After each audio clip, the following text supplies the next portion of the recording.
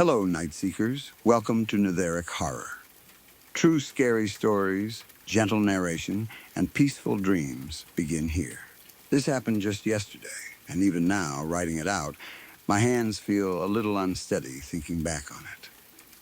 I was working the night shift, and there was only one other person with me that night, my coworker.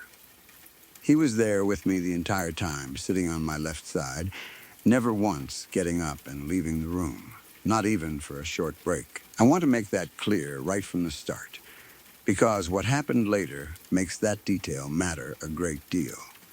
Our office is small, nothing fancy, just a tight, quiet space where we usually spend the night hours doing our work with barely any noise around us except for the hum of the computers and the occasional distant sound from somewhere else in the building. Night shifts have their own particular kind of silence, the kind that presses in around you the later it gets, when the rest of the building empties out and you are left with nothing but the sound of your own breathing and the soft clicking of a keyboard. At some point during the night, we heard a knocking sound coming from the office door. It was not loud, not violent, just a clear, deliberate knock. The kind of sound you would expect from someone standing right outside, waiting patiently to be let in. My first thought was that it must be the security guard doing his usual rounds, checking in on us the way he sometimes did during the quieter hours of the night. It seemed like the most obvious, harmless explanation, and honestly, in that moment, neither of us felt any real fear. We were mostly just a little annoyed at being interrupted.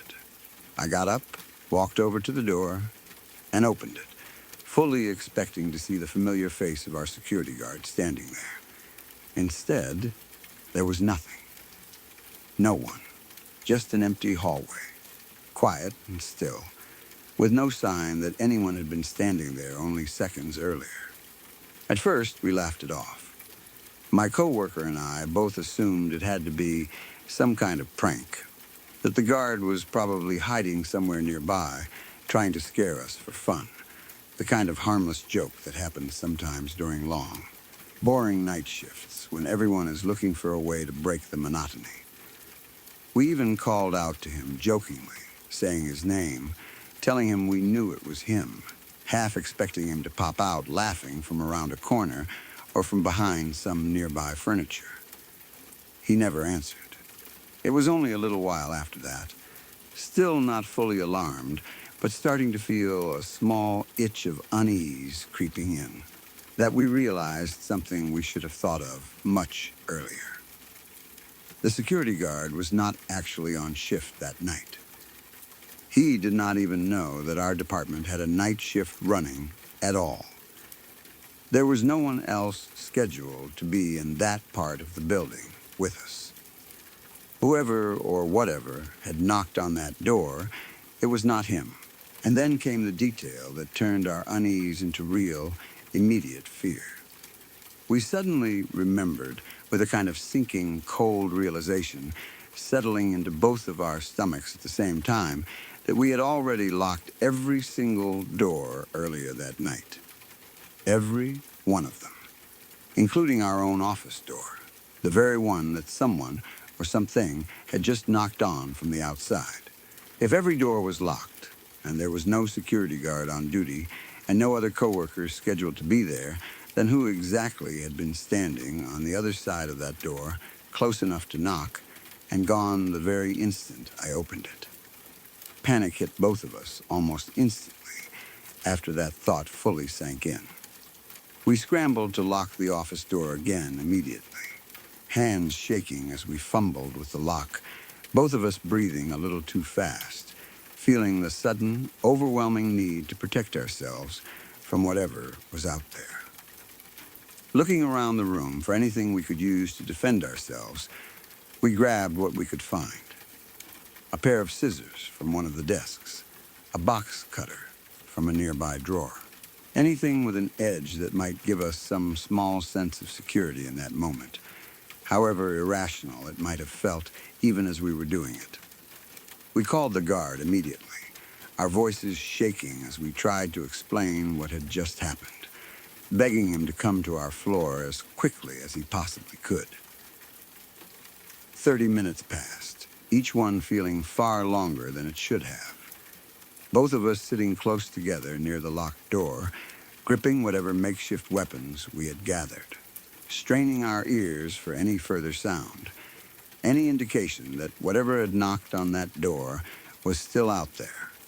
Waiting, when the guard finally arrived, we practically pulled him inside, breathlessly telling him everything that had happened. To his credit, he took us seriously and walked through the nearby offices and hallways, checking every corner, every room, every possible hiding place he could think of. He found nothing. No sign of an intruder, no indication that anyone else had been in the building besides the three of us. Still, given how shaken we both were, he agreed to stay with us for the rest of the night, remaining close by until morning finally arrived, and the rest of the staff began trickling in for the day shift. Once morning came and the panic of the night had settled into something more like exhausted, lingering unease, I remembered something important. Our office actually has CCTV cameras installed, covering the exact area right outside our door, the same spot where that knocking sound had clearly come from. Hoping to find some kind of explanation, maybe even hoping to catch sight of whoever had been playing this cruel joke on us, I pulled up the footage from the exact time the knocking had happened. There was nothing there. The footage showed the hallway completely empty the entire time. No person walking up to the door. No shadow passing by. No indication whatsoever that anyone had approached that door at any point during the window when we clearly heard that knocking sound. Confused and increasingly unsettled, I checked the audio as well, thinking that perhaps there was some kind of glitch or delay causing a mismatch between what we had heard and what the camera had actually recorded. I even pulled the raw audio file into Adobe Audition, going through it carefully, looking for any trace of the sound, any spike or waveform that might indicate a knock had actually been picked up by the microphone. There was nothing there either. Complete silence on the recording, exactly matching the empty visual footage. According to every piece of technology in that office, nothing had happened at all during that specific stretch of time. No sound, no person, no knock. But I know what I heard. My coworker knows what he heard too. We were both sitting right there, both fully awake, both completely sober and alert. And we both heard that same knock at the exact same moment, clear and unmistakable, coming from a door that, according to every camera and every microphone in that building, nobody had ever approached. I have gone over this entire night countless times since it happened, trying to find some kind of logical explanation that accounts for everything. The sound we both clearly heard, the complete absence of any similar sound on the recorded audio, and the empty hallway captured on camera at the exact moment that knock occurred. I have wondered if maybe there was some kind of technical malfunction affecting both the camera and the audio system simultaneously, though the odds of that happening at exactly the same moment we both happened to hear an unexplainable knock feel almost too coincidental to fully accept. What makes this entire experience so much harder to shake off is the fact that it was not something only I experienced alone. The kind of situation where you might reasonably start doubting your own senses, wondering if exhaustion or the isolating quiet of a night shift had simply played some kind of trick on your tired mind. My coworker heard the exact same thing, at the exact same time, and reacted with the exact same immediate certainty that someone was standing right outside that door. Two people, both fully awake, both fully alert, both hearing the same distinct knock, and neither one of us able to explain, even now, how that sound could exist so clearly in our shared memory while being completely absent from every piece of recorded evidence available to us. Since that night, neither of us has been able to shake the unsettling feeling that something was there in that hallway with us, something that either did not register on camera or somehow chose not to. The idea that whatever knocked on our door was capable of avoiding detection entirely, leaving behind no visual trace, no audio trace, nothing except the memory shared between the two of us, is honestly more unsettling to sit with than if the footage had simply shown some ordinary, explainable culprit standing there. We still work the same night shifts together, though I will admit that both of us have been considerably more on edge since that night, jumping a little more easily at small, unexpected sounds, keeping a closer eye on the door throughout our shift, and generally feeling far less comfortable with the usual quiet stillness that used to define those long overnight hours in that small office. Every so often, one of us will bring the incident back up, usually late at night when the building feels especially quiet, comparing notes again, trying once more to make sense of what actually happened, even though neither of us has ever managed to land on any kind of satisfying explanation. I keep thinking about that empty hallway on the security footage, replaying it in my mind. That completely still, undisturbed space where, according to what my own ears clearly told me in the moment, someone or something had been standing close enough to knock. The gap between what I experienced directly and what the recorded evidence shows is the part of this entire story that continues to unsettle me the most, even now, well after that particular night has passed. It leaves me with an uncomfortable, lingering question that I do not think I will ever be able to fully answer. If nothing was there, according to every piece of technology in that building, then what exactly was it that both my coworker and I heard so clearly, standing right there, close enough to make our hearts stop for a moment, on the other side of a door we ourselves had already locked? This happened about 13 years ago, when I was a sophomore in college, attending a small school in Suffolk County, New York. Within the first month or two of freshman year, I had found myself in a very tight-knit group of fellow theater geeks, 6 guys and 1 girl. And they all loved horror movies and ghost stories. I had found my crew. Freshman year was tough, but we all held each other up and made the whole experience more enjoyable for one another. At the beginning of sophomore year, we decided that in October, as the Halloween season was ramping up, we would find a creepy wooded spot in a nearby town some night and scare the crap out of ourselves. And that's precisely what happened. We did some research and found that there was a particularly isolated area about 30 minutes away, infamous for paranormal sightings. Perfect. The 8 of us split into 2 different cars and headed out into the night. Allow me to set the scene. You turn off a busy main road, flooded with strip malls and restaurants and whatnot, and you are almost immediately greeted by complete darkness. Again, this area was very heavily wooded. It was essentially a large web of winding roads surrounded by trees, very few streetlights, and very few houses. Without a GPS or a good sense of direction, one could easily get lost in there.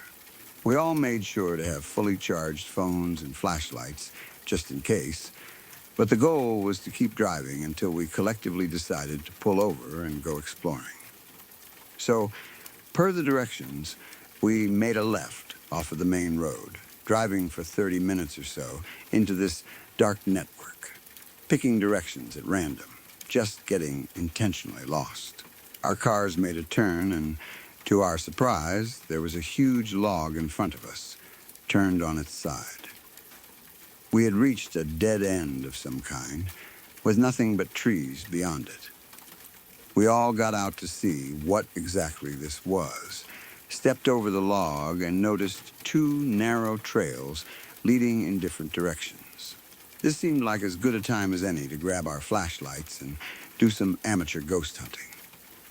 We flipped a coin and set off on the trail to the right. The trail was so narrow that we had to walk single file to avoid getting whacked by branches. For whatever reason, I ended up in the back. I'm usually pretty rational and level-headed, but I have to say, the further we went in, the more I was overcome with an uneasy feeling. I kept hearing sounds deep in the woods, unable to shake the feeling we were being watched. But I seemed to be the only one who heard these things, so I shrugged it off as my imagination. And in any case, the whole point of us being there was to be scared. Not to mention the fact that we were 8 able-bodied college students. What would we come across that could take us down? We headed down this trail for about 20 minutes, and just when I thought it would never end, we came to a massive clearing. And I mean massive. It was a large, open field of unkept grass, comparable in scope to a golf course, but not nearly as well manicured. Trees surrounded the entire field, which was so large. We could not see the end of it from where we were standing. I was thrilled to get out of that narrow trail, but I don't think any of us were expecting to find an area so vast. One of us looked to the right and said, "Hey, check that out." We all turned, and there was an old, dilapidated house several hundred yards away. The house was completely dark, with no cars or signs of anyone actually living there. We walked over and shined our flashlights at it, and sure enough, the windows and doors were all boarded up. I managed to peer between the boards on one of the windows, and what I could see was an old white couch covered in plastic, but an otherwise empty room. Whoever used to live here, they were long gone. Because there was no way in, and because we all felt sufficiently creeped out by the house anyway, we decided to walk closer to the trail we had come in from, have a seat in the field, and figure out where to go next. We walked towards the narrow trail, but before we could sit, my friend Mark stopped what he was doing.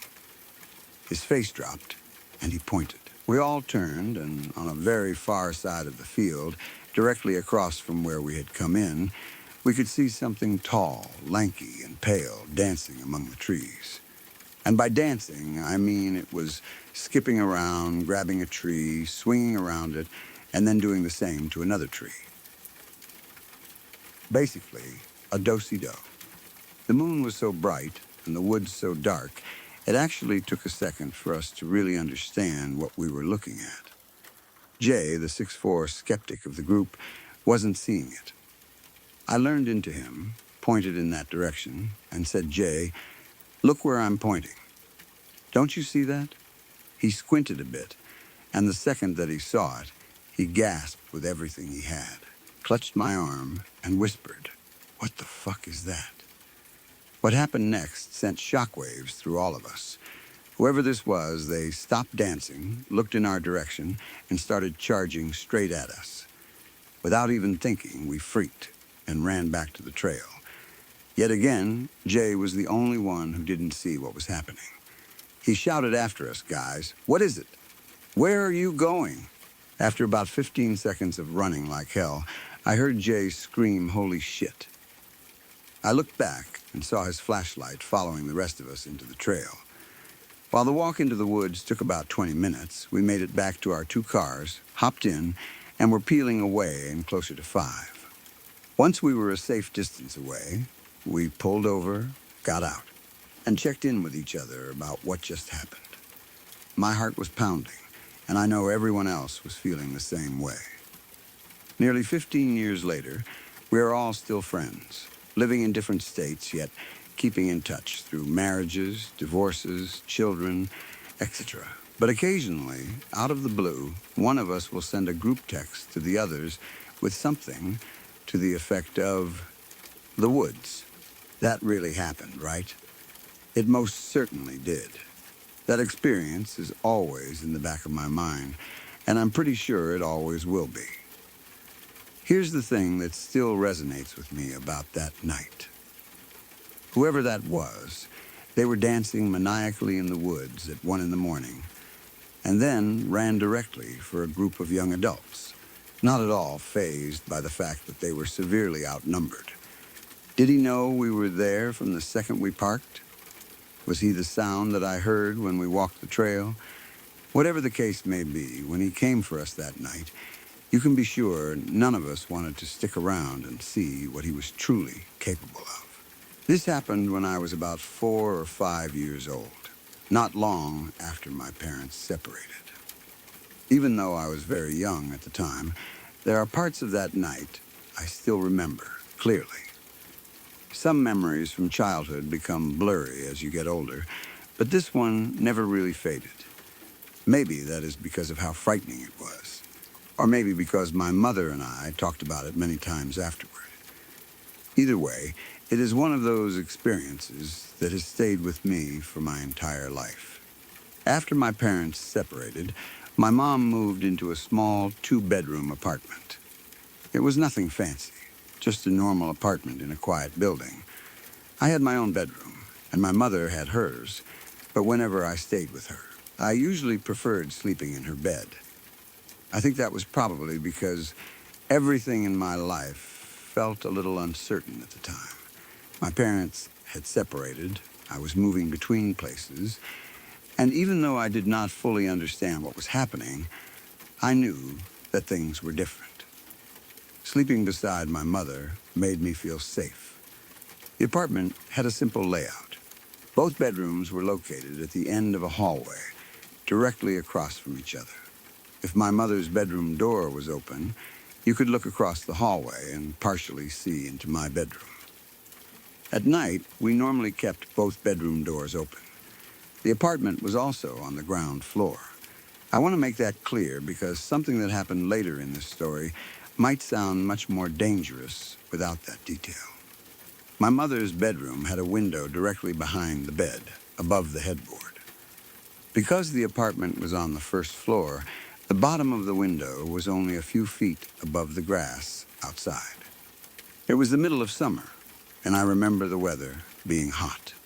We did not have the kind of air conditioning that could keep every room perfectly cool, so my mom sometimes left her bedroom window open at night to let fresh air into the apartment. That night was one of those nights. I do not remember what we had done earlier in the day. I do not remember what we ate for dinner or what time we went to bed. All I really remember is waking up sometime in the middle of the night. The room was dark, but not completely black. There was enough light coming from outside for me to see the shape of the furniture and the doorway. My mom was sleeping beside me. For some reason, I suddenly sat up.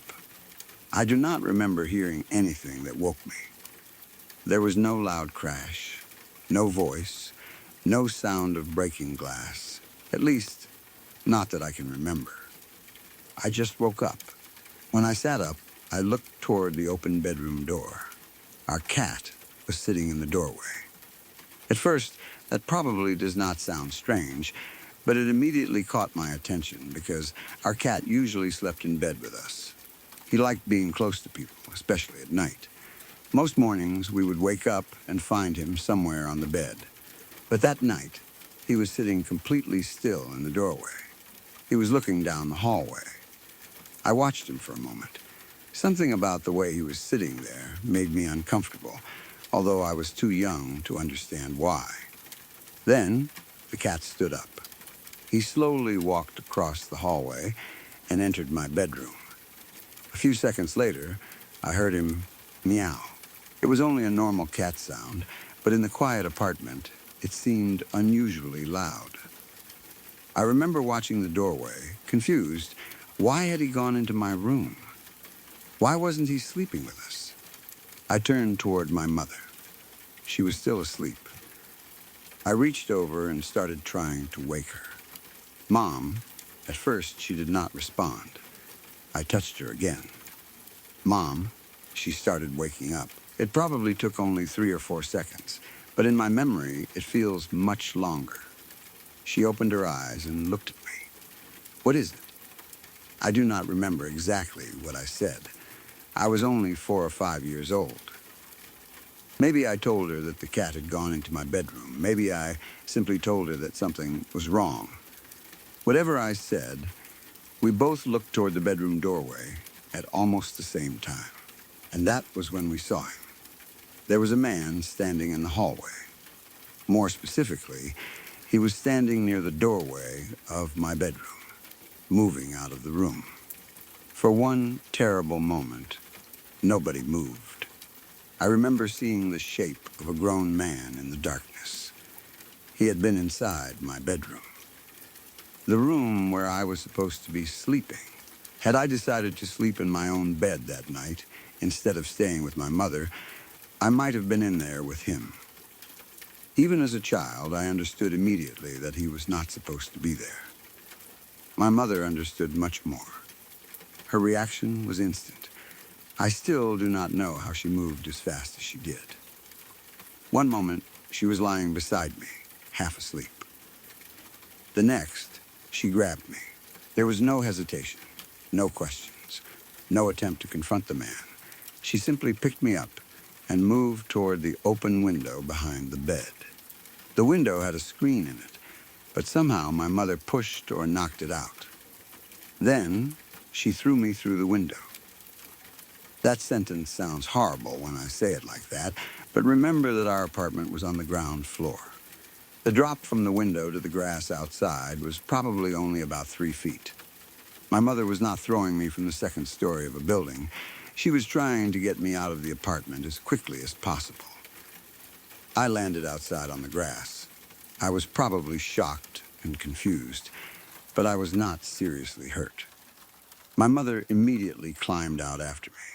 Within seconds, we were both outside. Then we started screaming. My mother yelled for help. I remember the panic in her voice. Someone nearby heard us. One of the neighbors came outside, and eventually someone called 911. I do not remember exactly how long it took the police to arrive. As a child, time felt very different, especially in frightening situations. It may have been only a few minutes. The police entered the apartment and searched it. By then, the man was gone. They checked the bedrooms. They checked the hallway. They searched the apartment. But they did not find anyone. One of the strangest parts was that there were no obvious signs of forced entry. No broken window. No damaged lock. Nothing that clearly showed how the man had gotten inside. The only thing the police noticed was that the front door was unlocked. Their theory was simple. The intruder must have escaped through the front door before they arrived. That made sense. Except my mother insisted that she had locked the door before going to bed. She was absolutely sure. According to her, she had not simply turned the normal lock. She had used the deadbolt, and she had put the chain lock on the door. She repeated this again and again. The police asked if she could have forgotten. She said no. My mother was certain she had secured the apartment before going to sleep. That raised an even more frightening question. If the door had been locked with both the deadbolt and the chain from the inside, how had the man entered? And if he had not entered through the front door, where had he come from? At the time, I was too young to understand all of these questions. All I understood was that there had been a strange man inside our apartment in the middle of the night. He had been standing near my bedroom. Our cat had gone into that room only moments before we saw him. For a long time afterward, I thought about what might have happened if the cat had not gone into my bedroom. Maybe the man had been hiding inside. Maybe the cat saw him. Maybe that was why the cat left my mother's room and walked across the hallway. Maybe the meow was what woke my attention enough to wake my mother. I will never know. The police eventually left. There was not much else they could do at that point. The intruder was gone. There were no clear signs of forced entry, and we did not know who he was. I do not know whether we stayed in the apartment that night. I doubt my mother wanted to sleep there immediately after what happened. I was too young to remember every detail. But life eventually had to continue. My mother went back to the apartment. For the next several days, nothing happened. Then, about a week later, my mother was cleaning the kitchen. There was a small closet in or near the kitchen where the water heater was located. It was not somewhere we regularly opened. There was no reason to go into it often unless something needed to be repaired or checked. While cleaning, my mother opened the water heater closet. Inside, she found something that made the entire situation even worse. There was a notebook. She had never seen it before. It did not belong to her. It did not belong to me. Inside the notebook were names and drawings. I do not know exactly what all of the drawings looked like, and because I was so young, I never fully understood what was written inside. My mother only told me about it later. Along with the notebook, she found a pair of gloves. There were also gum wrappers. Those items had apparently been hidden inside the water heater closet. My mother immediately called the police again. The officers came back to the apartment. This time, the situation began to look even more disturbing. The police could not prove exactly what had happened, but they offered a theory. They believed it was possible that the man had already been inside the apartment before my mother and I went to sleep. He may have entered earlier and hidden somewhere, possibly inside the water heater closet. That would explain why there were no signs of forced entry during the night. It might also explain why my mother remembered locking the front door.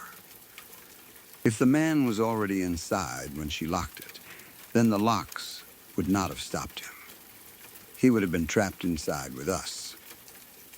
Or rather, we would have been trapped inside with him. The thought of that has always terrified me more than the idea of someone simply breaking in while we were sleeping. If the police were right, then at some point earlier that evening, there may have been a stranger hiding only a few rooms away from us. My mother and I could have been walking around the apartment, eating dinner, watching television, getting ready for bed, and talking to each other, while someone silently waited inside that closet. Maybe he listened to us. Maybe he knew there was a young child in the apartment. Maybe he heard my mother tell me it was time for bed. Maybe he waited until everything became quiet. That possibility is hard to think about. I sometimes wonder how long he had been there. An hour? Several hours?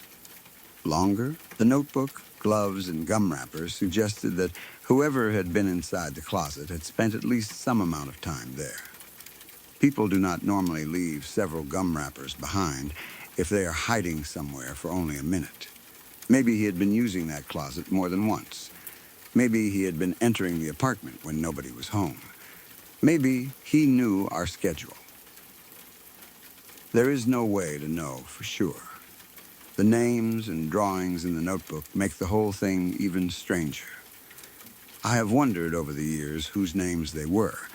Were they people he knew? Were they other families? Other apartments? Other children? I honestly do not know. My mother never received any clear answers from the police. There was not enough evidence to identify the man. Nobody was arrested, at least not that we ever knew about. The case simply became one of those frightening events that never gets a proper explanation.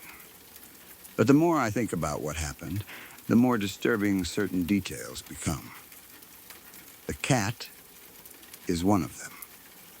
Our cat normally slept with us. Yet that night, he suddenly left the bed.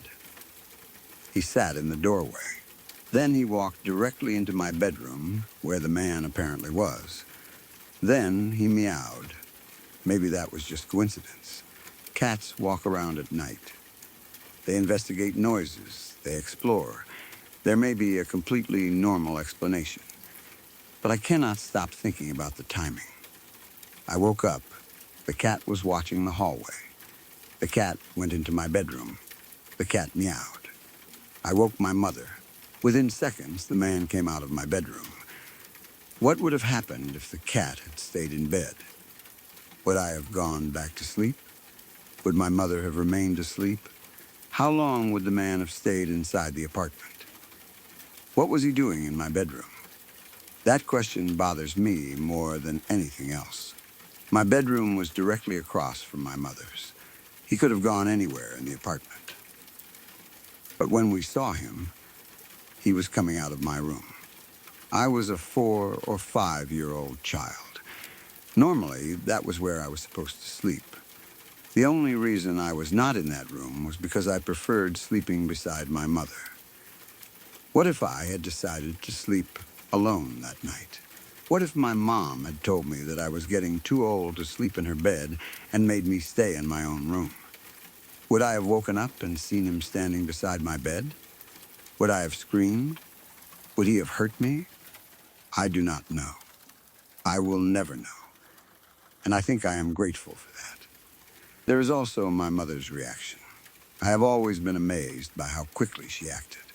She did not freeze. She did not waste time asking the stranger who he was.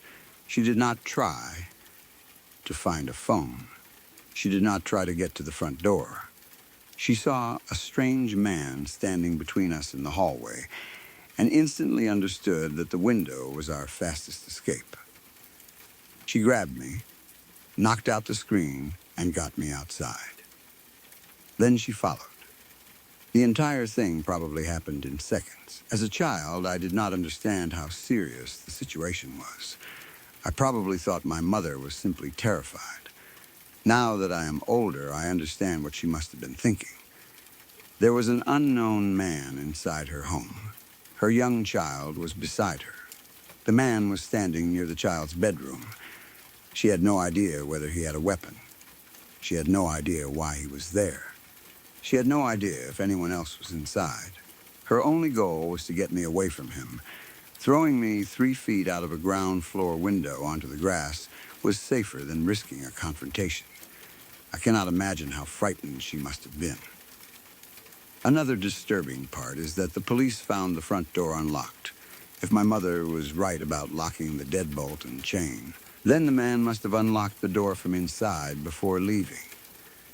That would support the theory that he had already been inside the apartment. Maybe after we escaped through the window and started screaming, he simply walked to the front door, removed the chain, unlocked the deadbolt, and calmly walked away before anyone realized what was happening. If that is true, then he may have passed through the building unnoticed. Maybe someone saw him and thought he was just another resident. Maybe he lived nearby. Maybe he had been watching us for days or weeks. Again, there is no way to know. The police could only speculate. The notebook and other items suggested that someone had possibly been hiding in the water heater closet, but they could not prove when the items had been placed there.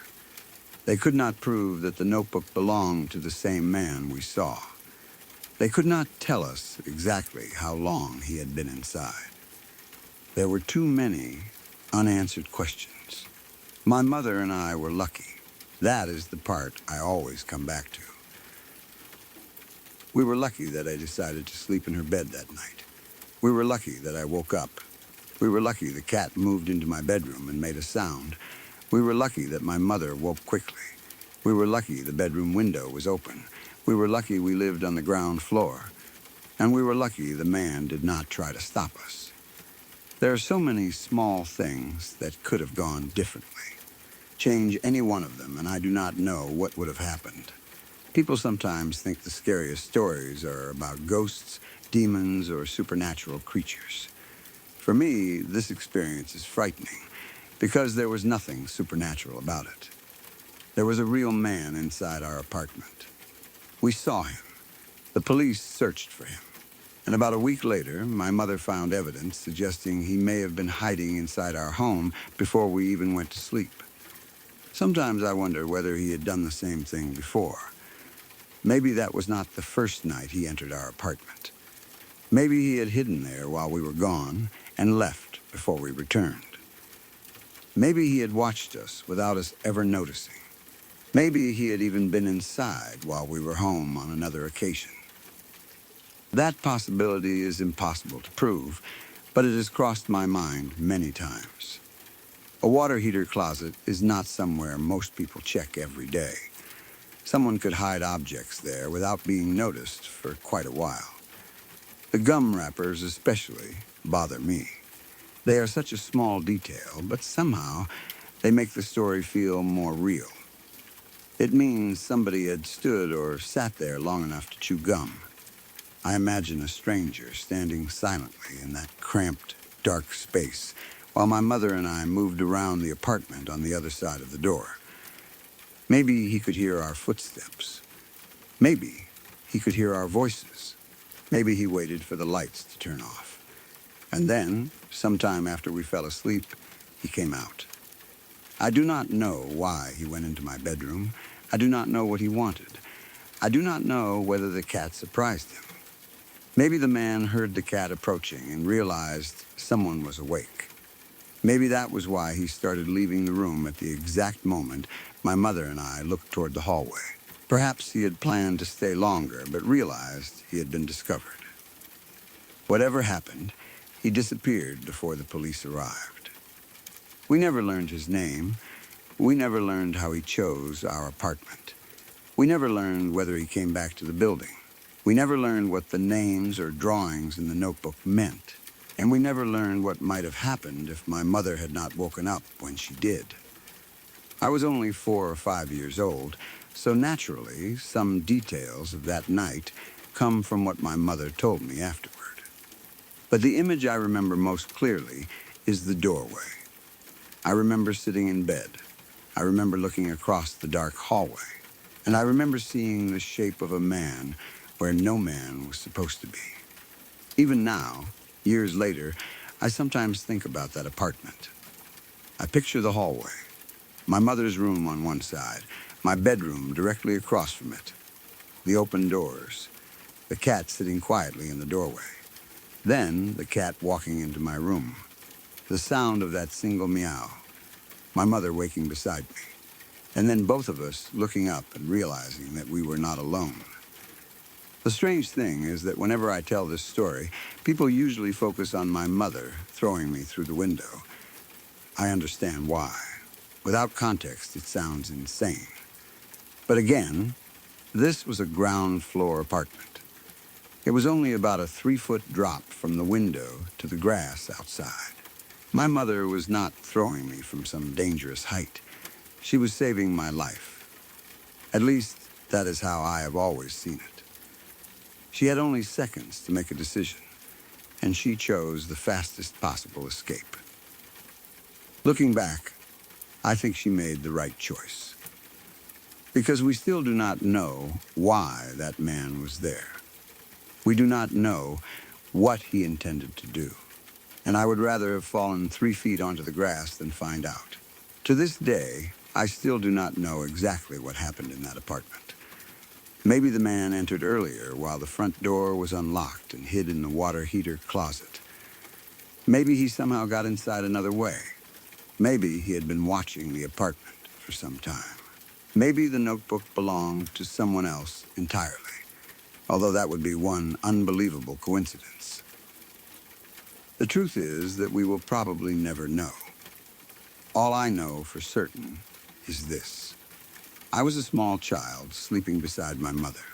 Our cat suddenly left the bed and walked into my bedroom. I woke my mother. A few seconds later, a strange man walked out of the room where I normally slept. My mother threw me through an open ground floor window, climbed out behind me, and screamed for help. When police arrived, the man was gone. The front door was unlocked, even though my mother was certain she had locked the deadbolt and chain. And 1 week later, hidden inside a closet containing the water heater, my mother found a notebook filled with names and drawings, a pair of gloves, and several gum wrappers. The police believe the man may have been hiding inside our apartment before we went to sleep. I think about that theory sometimes. The idea of an intruder breaking into your home is frightening enough. But there is something much worse about the idea of going to bed peacefully, locking your doors, believing you are safe, while someone is already inside. Someone hiding in the dark. Someone waiting for you to fall asleep. And in our case, someone who eventually walked into the bedroom of a 4-year-old child. I am just grateful that, for whatever reason, I was not sleeping there that night. This is one of the most terrifying things connected to my childhood, and unfortunately, it is also something that really happened. I was only 12 years old at the time, and even though many years have passed since then, I have never been able to completely forget it. There are certain events that stay with you no matter how much time passes, especially when you are young and suddenly realize how dangerous the world can actually be. Before this happened, terrible crimes were things I only heard about on television or in stories told by adults. They seemed far away, like something that happened to other people in other places.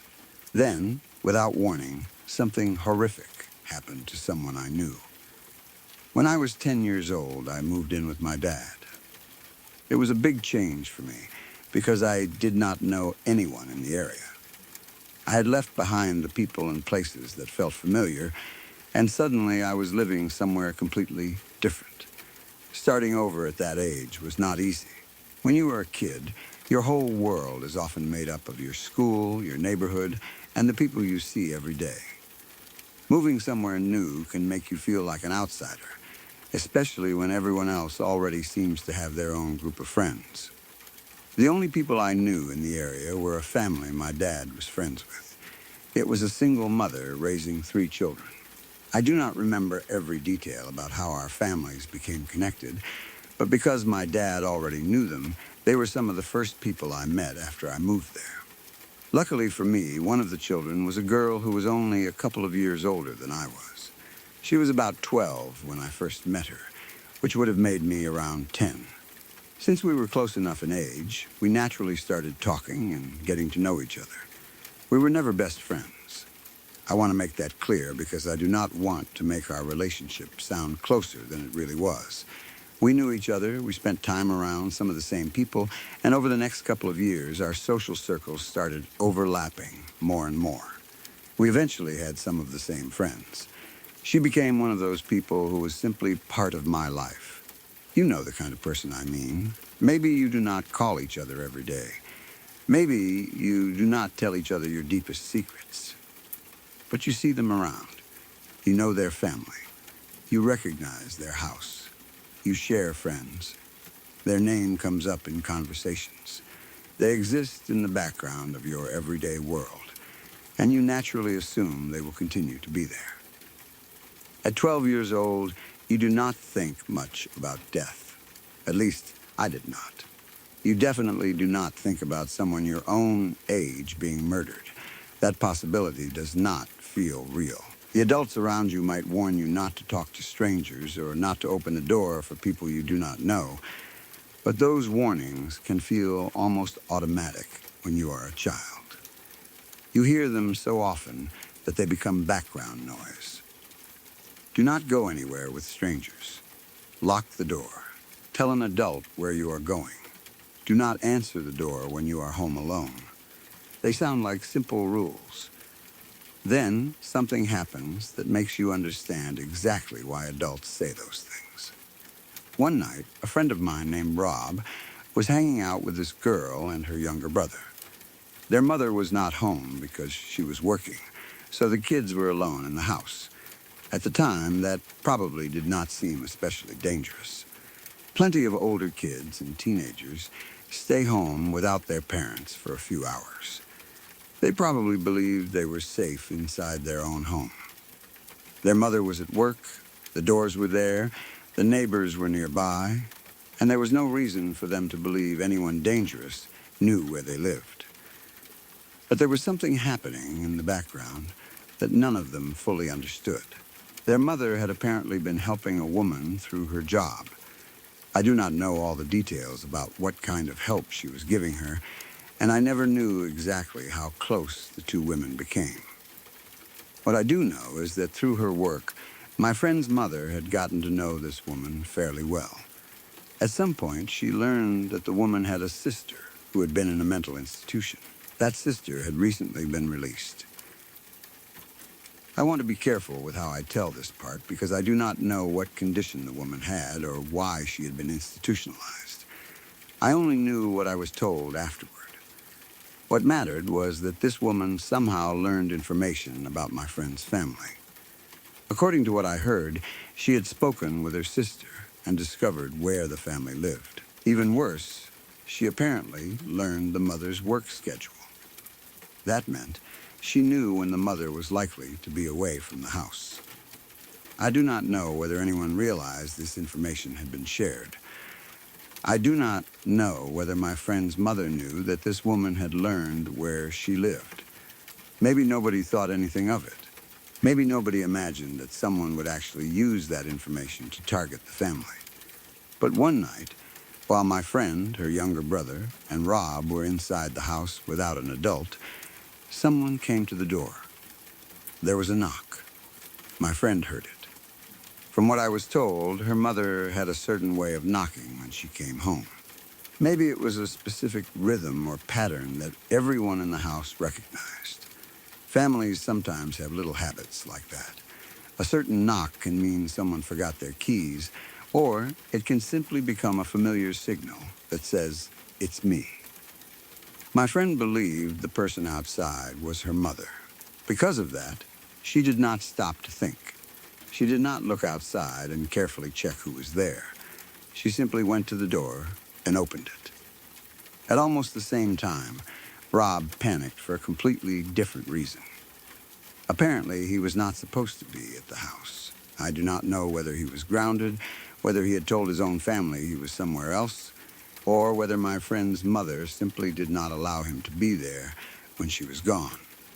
Whatever the reason, when he heard the knock at the door, he assumed my friend's mother had returned. He thought he was about to get caught. So he ran.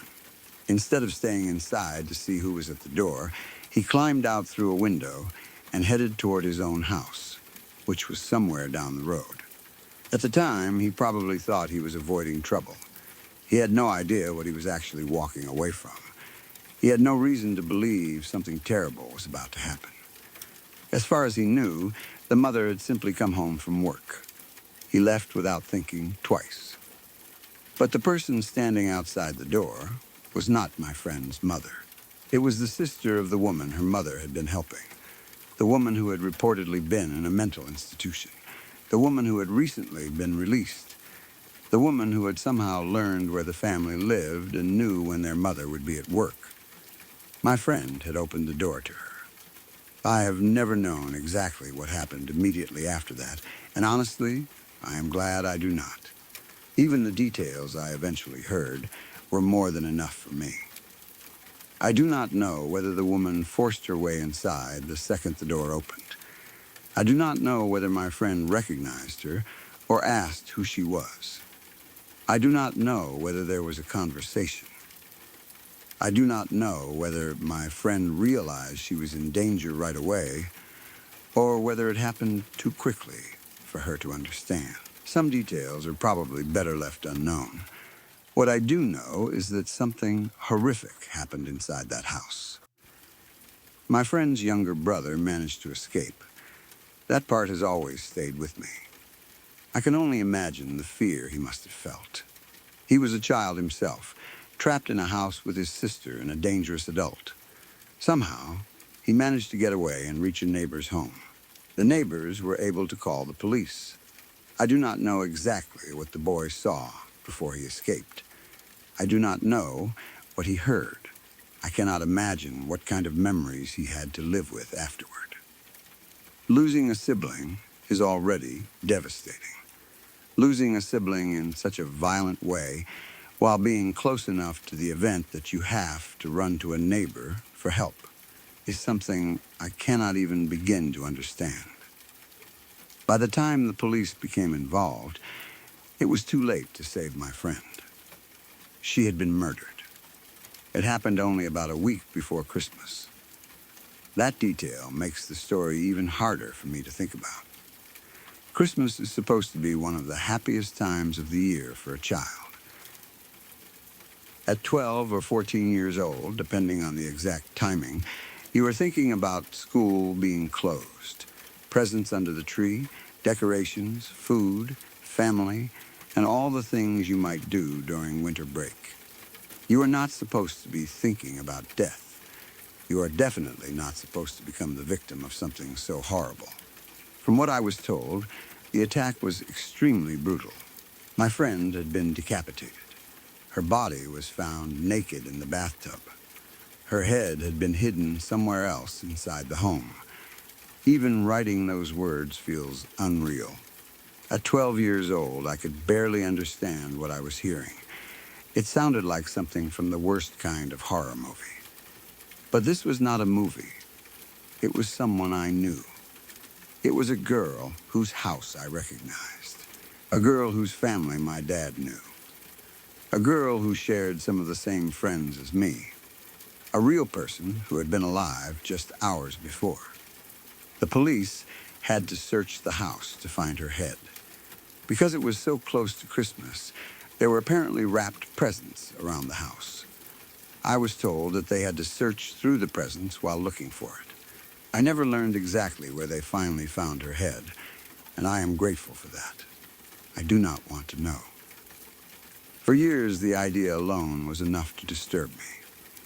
Every time I imagined that house, I thought about the Christmas presents sitting there. Bright wrapping paper. Boxes that were supposed to be opened during a celebration. Things that had probably been bought with love and excitement.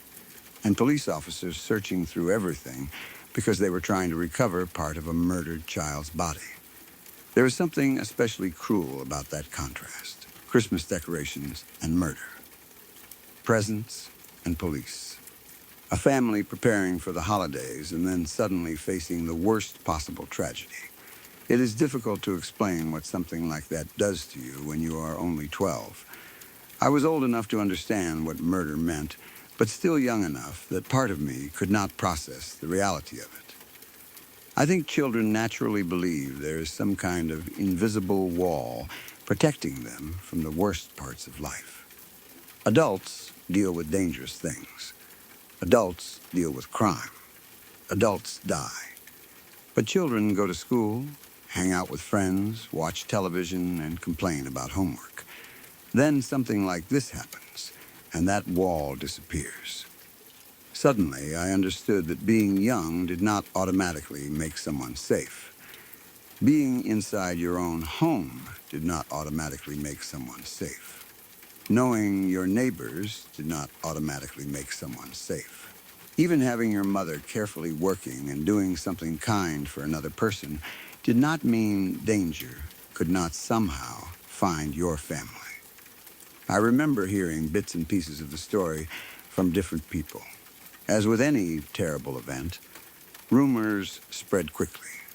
Some details may have been misunderstood or repeated differently, depending on who was telling the story. I was 12 years old, so I was not sitting down with police officers reading official reports. I knew what the adults around me said. I knew what our friends said. I knew the basic facts of what happened. And I knew that my friend was gone. That was enough. I also remember thinking about Rob. He had been inside the house shortly before everything happened. He heard the knock. He believed the mother had come home. Because he was not supposed to be there, he escaped through the window and ran home. Had he stayed a little longer, he might have been there when the woman entered. Had he stopped to see who was knocking, maybe he would have seen her. Maybe he could have warned them. Maybe he could have helped. Or maybe he would have become another victim. There is no way to know. I imagine he must have thought about those possibilities too. He left because he was afraid of getting in trouble. Instead, that small decision may have saved his life. That is one of the strangest things about real tragedies. Sometimes the smallest choices completely change what happens to someone. A person turns left instead of right. Someone decides to leave 5 minutes early. Someone misses a bus. Someone answers a phone call. Someone climbs out of a window because he thinks a parent is coming home. At the time, the decision means almost nothing. Only later do you realize that it may have changed everything. I also thought about my friend's younger brother. He survived because he was able to get out. I cannot imagine what his life was like after that night. He lost his sister in a way no child should ever have to experience. He also lost the feeling that home was safe. How do you go back into a house after something like that? How do you walk past the door where the person entered? How do you see the bathtub? How do you look at the Christmas presents? Maybe the family never went back. I honestly do not know. There were many things adults did not tell me because of my age. One thing I do know is that I was not allowed to attend my friend's funeral. At the time, that hurt. I wanted some kind of chance to say goodbye. Even though we had never been extremely close, she was still someone I knew. She had been part of my life for a couple of years. We shared friends, our families were connected. Then suddenly, she was dead. I think going to the funeral might have helped me understand that she was truly gone. But the adults around me decided that I should not attend. Maybe they thought I was too young. Maybe they wanted to protect me from seeing how much grief there would be. Maybe they thought the circumstances of her death were already too traumatic for a 12-year-old to deal with. I understand their decision more now than I did then. At 12, however, I felt confused. A person I knew had been murdered. Everyone around me was talking about it. And then there was a funeral I was not allowed to attend. It left everything feeling unfinished. For a long time, whenever I thought about her, I did not picture a funeral. I pictured the girl I had known. I pictured the family. I pictured the neighborhood. And unfortunately, I also pictured that door. I kept imagining the moment she heard the knock. Maybe she smiled because she thought her mom was home. Maybe she called out to her brother. Maybe she walked casually toward the door without feeling afraid. She had no reason to be afraid. She believed she knew who was standing outside. Then she opened the door. That simple action changed everything. It is probably the part of the story that frightened me most as a child. We are taught that danger comes from obvious places. A dark alley, a stranger following you, someone breaking a window, a suspicious person trying to drag you into a car. But sometimes danger simply knocks on your front door. Sometimes it knows where you live. Sometimes it knows when your parent is working. And sometimes you open the door because you believe the person outside is someone you trust. After what happened, I became much more aware of things like locked doors and checking who was outside. I am sure many people who knew the family did the same. When something horrible happens nearby, especially to someone you know, it changes how you look at normal situations. A knock at the door no longer feels harmless. Being home alone feels different. Hearing a noise outside at night suddenly gets your attention. You start thinking about all the things that could go wrong, because now you know they really can. The story was also heartbreaking because, from what I understood, my friend's mother had simply been trying to help someone.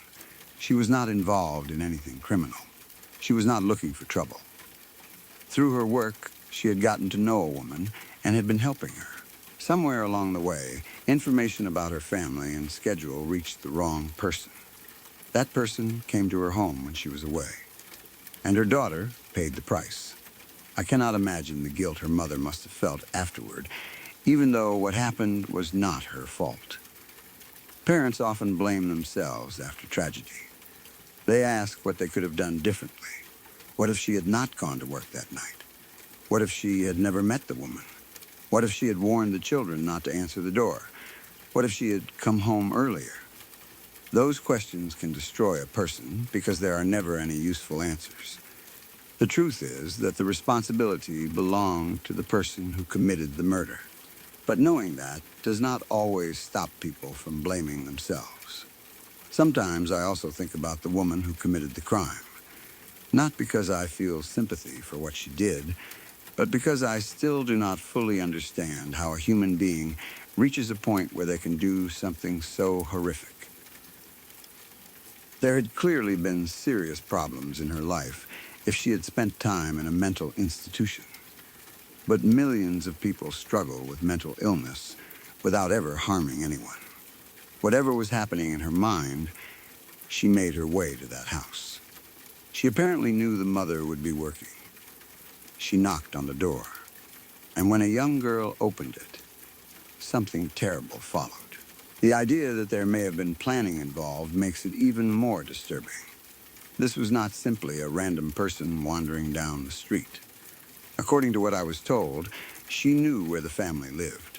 She knew enough about the mother's schedule to arrive when the children were alone. That meant someone had thought about the house before showing up.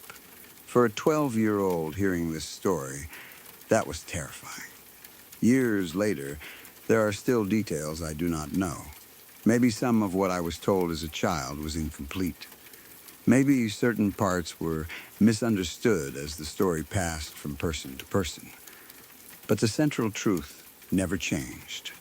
A girl I knew was murdered inside her own home shortly before Christmas. Her younger brother escaped and went to the neighbors for help. My friend Rob had been there earlier that night and left through a window because he mistakenly thought the girl's mother had come home. And the person who actually came through the door was someone no child in that house was prepared for. I often think about how ordinary the night must have seemed before the knock. 3 kids hanging out, a mother working, probably normal conversations, maybe television playing, maybe snacks on the table, maybe Christmas decorations around the room. Nothing unusual, nothing warning them that their lives were about to change forever. Then someone knocked. That was all it took. For me, that is what makes the story so frightening. It was not a haunted house. There was no ghost. There was no monster hiding under the bed. There was no supernatural warning. It happened in a normal home to normal people. It happened to someone I actually knew. That realization stayed with me long after I was 12. Even now, I still feel sad when I think about her. We were not best friends, and I will never pretend we were. But she mattered. She was someone's daughter, someone's sister, someone's friend. She had people who knew her, people who expected to see her again, people who probably had Christmas presents waiting for her. Then, a week before Christmas, she was suddenly gone. I was not allowed to attend her funeral, so in some ways I never had the chance to properly say goodbye. Maybe that is why the story has stayed so clear in my mind. There was no final moment of closure for me. One day, she was simply part of the group of people I knew. Then I heard that something terrible had happened. After that, everything connected to her became a memory. I still think about that night sometimes. I think about Rob hearing the knock and climbing through the window. I think about the younger brother running to the neighbors. I think about the mother being at work, probably having no idea what was happening inside her home. And most of all, I think about my friend walking toward the front door because she believed the person knocking was her mom. She opened it without thinking. She believed she was safe. She believed she knew who was on the other side. She was wrong. That is what has always frightened me most. Sometimes the most terrifying stories do not begin with screams. They do not begin in a dark forest or an abandoned building. Sometimes they begin with something as ordinary as a knock at the door. And sometimes, by the time you realize you should never have opened it, it is already too late. My aunt once experienced something that still terrifies her whenever she thinks about it. It happened years ago, but according to her, it remains the scariest thing she has ever gone through. What makes the story so disturbing is how ordinary everything seemed at first. There were no warnings, no strange phone calls, and no reason for her to believe she was in danger. She was simply home alone, waiting for her husband to return later that day. My aunt and uncle lived in a house in an area where winters could get very cold. During that time of year, snow often covered the ground around the house. It was the kind of place where fresh footprints were easy to notice, especially when the snow had fallen recently and the surface had not yet been disturbed by many people. That day, my uncle was away from home. My aunt knew his schedule and knew that he was not supposed to return for several more hours. Because of that, she was not expecting anyone to come into the house. She was alone. At first, everything was completely normal. She was somewhere upstairs when she suddenly heard a sound from below. The front door opened. At least, that was what it sounded like. Then she heard footsteps. Someone was walking through the hallway downstairs. For a moment, she did not immediately panic. Her first thought was probably that my uncle had come home earlier than expected. Maybe his plans had changed. Maybe he had finished whatever he was doing sooner than he thought. There could have been any number of harmless explanations. Still, something did not feel quite right. My uncle was not supposed to be home for hours. If he had come back early, she probably expected him to call out to her or make some kind of noise that would let her know it was him. But she heard nothing like that. No voice, no greeting, just the sound of someone entering the house. Then footsteps in the hallway. She listened for another moment. The house seemed quiet again. My aunt decided to go downstairs and check. At that point, she still did not know that she was walking toward a very dangerous situation. She made her way down the stairs carefully and looked through the lower level of the house. She expected to see my uncle. But there was nobody there. The hallway was empty. The rooms she could see appeared normal. No one called out. No one answered her. She looked around, confused. Maybe she had imagined the sound. Maybe the house had made some strange noise that only sounded like the door opening. Older houses can make all kinds of sounds. Wood shifts, heating systems turn on, pipes move, and sometimes a completely normal sound can seem very different when you are home alone. But my aunt was sure of what she had heard. Someone had opened the door. Someone had walked through the hallway. She went closer to the entrance. That was when she noticed something outside. There were footprints in the snow. They led directly toward the house. The prints came from somewhere farther out in the yard and continued all the way to the front door. But there was something missing. There were no footprints leading away. My aunt stared at them. At first, she may not have understood exactly what she was seeing. Then the meaning became clear. Someone had walked through the snow and approached the house. That person had reached the front door. But they had not walked back outside. The person who made those footprints was still somewhere inside. That realization immediately made her nervous. She looked around the hallway again. Nothing moved. The house was silent. But now, the silence felt completely different. Only moments earlier, the empty hallway had been confusing. Now, it was frightening. If someone had entered, where were they? Why were they hiding? My aunt looked toward the door again, almost hoping that she had misunderstood the footprints. Maybe there was another path she could not see. Maybe the person had left through a different door. Maybe the prints belonged to someone who had visited earlier. But then she noticed something else. There was a pair of shoes in the hallway. They were unfamiliar. My aunt knew they did not belong to her.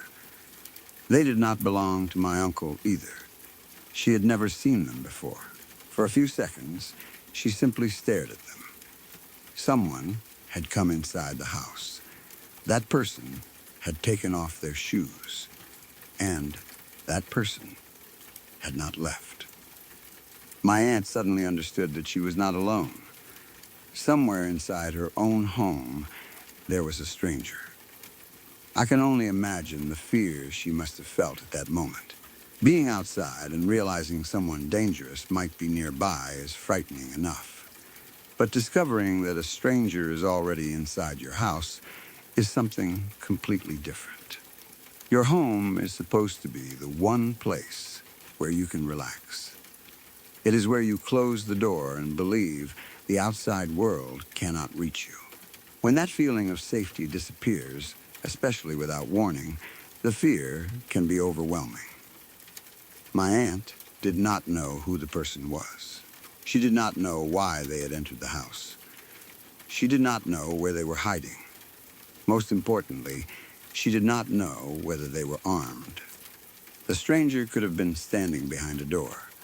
They could have been hiding in a closet. They could have been watching her from somewhere she could not see. My aunt did not waste time trying to search the house herself. She turned around and hurried back upstairs. I imagine every step must have felt terrifying. Once she knew someone was inside, every small noise could have meant the stranger was moving. She probably expected to hear footsteps behind her at any second. Maybe she was afraid the person had seen her looking at the footprints. Maybe she worried they had heard her notice the unfamiliar shoes. She did not know whether the intruder realized she had discovered them. She reached the upper floor and called the police. She explained that she was home alone and believed someone had entered the house. She told them about the sounds. She told them about the footprints in the snow. She told them about the unfamiliar shoes. Then she waited. Those few minutes must have felt incredibly long. My aunt had no idea where the stranger was. She only knew that the person was somewhere inside the same house. Every room suddenly became a possible hiding place. Every dark corner felt dangerous. Every creak of the floorboards could have been someone moving closer. She tried to stay as quiet as possible. I do not know whether she locked herself in a room or simply stayed upstairs waiting for the police, but I know she was terrified. There was very little she could do except wait and hope the intruder did not come looking for her. Eventually, the police arrived. Knowing officers were outside must have brought some relief, but the danger was not over yet. The police entered the house and began searching. Room by room, they checked every place where someone might be hiding. My aunt had been right. She had not imagined the door opening. She had not imagined the footsteps. The footprints in the snow really did belong to someone who had entered the house. The police eventually found a man hiding inside a storage room. He was homeless. But the most frightening part was not simply that he had broken into the house. When the officers found him, he was holding my uncle's shotgun. At some point after entering the home, the man had found the weapon. That single detail changed the situation completely. My aunt had been walking around downstairs while an unknown man was hidden somewhere inside the house with a shotgun. She had walked close enough to the front door to inspect the footprints. She had noticed his shoes. She had then turned around and gone back upstairs. All of that happened while he was somewhere nearby. She had no idea he had found a weapon. Fortunately, there was one thing the man had not found: the ammunition. My uncle kept the ammunition hidden in a different place. The shotgun and the ammunition were not stored together. Because of that, the man had the gun in his hands, but he could not actually load it. My aunt believes that detail may have saved her life. No one knows exactly what the man intended to do. Maybe he entered the house simply looking for warmth. Maybe he wanted food. Maybe he was planning to steal something. Maybe he became frightened when he realized someone was home. Or maybe his intentions were much worse. The fact that he found and picked up the shotgun is what makes the story so disturbing. He did not simply hide somewhere and wait for the house to become empty again. He armed himself with a weapon he found inside. Even though the gun was unloaded, my aunt did not know that at the time. And even an unloaded shotgun could have been used to threaten or hurt someone. The police arrested the man. Thankfully, my aunt was not physically harmed. No shots were fired. The man did not attack her. The situation ended without anyone being injured. But when you think about what could have happened, it becomes terrifying. My aunt had gone downstairs because she believed she might have heard her husband coming home. She walked through the house looking for someone. She stood near the entrance. She looked outside at the footprints. She noticed the shoes.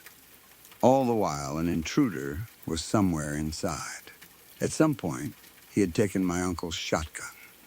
If my uncle had kept ammunition beside the weapon, the man might have found it. If my aunt had decided to search the storage room herself instead of calling the police, she might have opened the door and come face to face with him. If the man had panicked when he heard her moving through the house, he might have attacked. There are so many ways the situation could have ended differently. That is why this experience stayed with her. The thing she remembers most is the moment she saw the footprints. There was something deeply wrong about seeing a clear path through the snow leading toward the house, but nothing going back in the opposite direction. It was physical proof that someone had come to the door. Before seeing those prints, she could still tell herself that she might have imagined the noise. After seeing them, she knew someone had been there. Then she saw the shoes. That was the moment all doubt disappeared. Someone was inside. I think most people imagine a home invasion as something loud. A window breaking, a door being kicked open, someone shouting, an alarm going off. But that was not what happened to my aunt. The man entered quietly enough that she only heard the door and a few footsteps. Then he disappeared somewhere inside the house. There was no dramatic warning, no broken glass, no obvious sign of violence, just footsteps in the hallway. Then silence. In some ways, that silence was probably worse. If she had heard the intruder moving around, at least she might have known where he was. Instead, she had to wonder. Was he in the kitchen? Was he in another room? Was he behind her? Had he gone upstairs while she was downstairs? Every possibility was frightening. The unknown was what made the experience so intense. Afterward, my aunt kept thinking about the moment she first heard the door. What if she had ignored it? What if she had stayed upstairs and assumed it was nothing? Would the man have eventually come looking for her? What if she had called out my uncle's name? Would the intruder have answered? Would he have tried to leave? Or would he have realized immediately that she was alone? She was also incredibly lucky that there was snow outside. Without the snow, there may have been no footprints. Without the footprints, she might not have realized anyone had entered. She could have seen the unfamiliar shoes and assumed they belonged to someone her husband knew. Or maybe she would not have noticed them at all. The footprints told her something important. Someone had arrived. No one had left. That simple clue warned her that the stranger was still inside. The shoes confirmed it. Instead of continuing to search the house, she trusted her instincts and called the police. Looking back, that was the safest decision she could have made. People often think they know how they would react in a dangerous situation. They imagine they would investigate. They would confront the intruder. They would demand to know why the person was there. But real situations are unpredictable. You never know who you are dealing with. You never know whether someone has a weapon. My aunt had no idea that the man had already found a shotgun. If she had tried to confront him, the outcome could have been very different. The fact that the gun was unloaded does not make the situation much less frightening. She did not know that. For all she knew, the man could have been standing behind the storage room door with a loaded weapon. Even the police entering the house did not initially know exactly what they would find. They had to search, while knowing that someone might be hiding inside. When they finally discovered him holding the shotgun, I imagine everyone realized just how serious the situation had become. My aunt later learned that he had not found the ammunition because it was stored separately. That became one of the details she kept thinking about. My uncle's decision to hide the ammunition somewhere else may have prevented something terrible from happening. It is impossible to know what the intruder would have done with a loaded gun. Maybe he would never have fired it. Maybe he only grabbed it because he was scared. But nobody wanted to find out. According to my aunt, nothing else she has ever experienced has frightened her as much as that day. It was not simply because a stranger entered her home. It was because she was inside the house with him and did not know it at first. For several minutes, they were both under the same roof. She was moving through the rooms trying to understand what she had heard. He was hiding somewhere nearby. Then she discovered the footprints. Then the shoes. And finally, the police discovered the truth. A stranger really had entered. He really had been hiding. And he really was holding her husband's shotgun.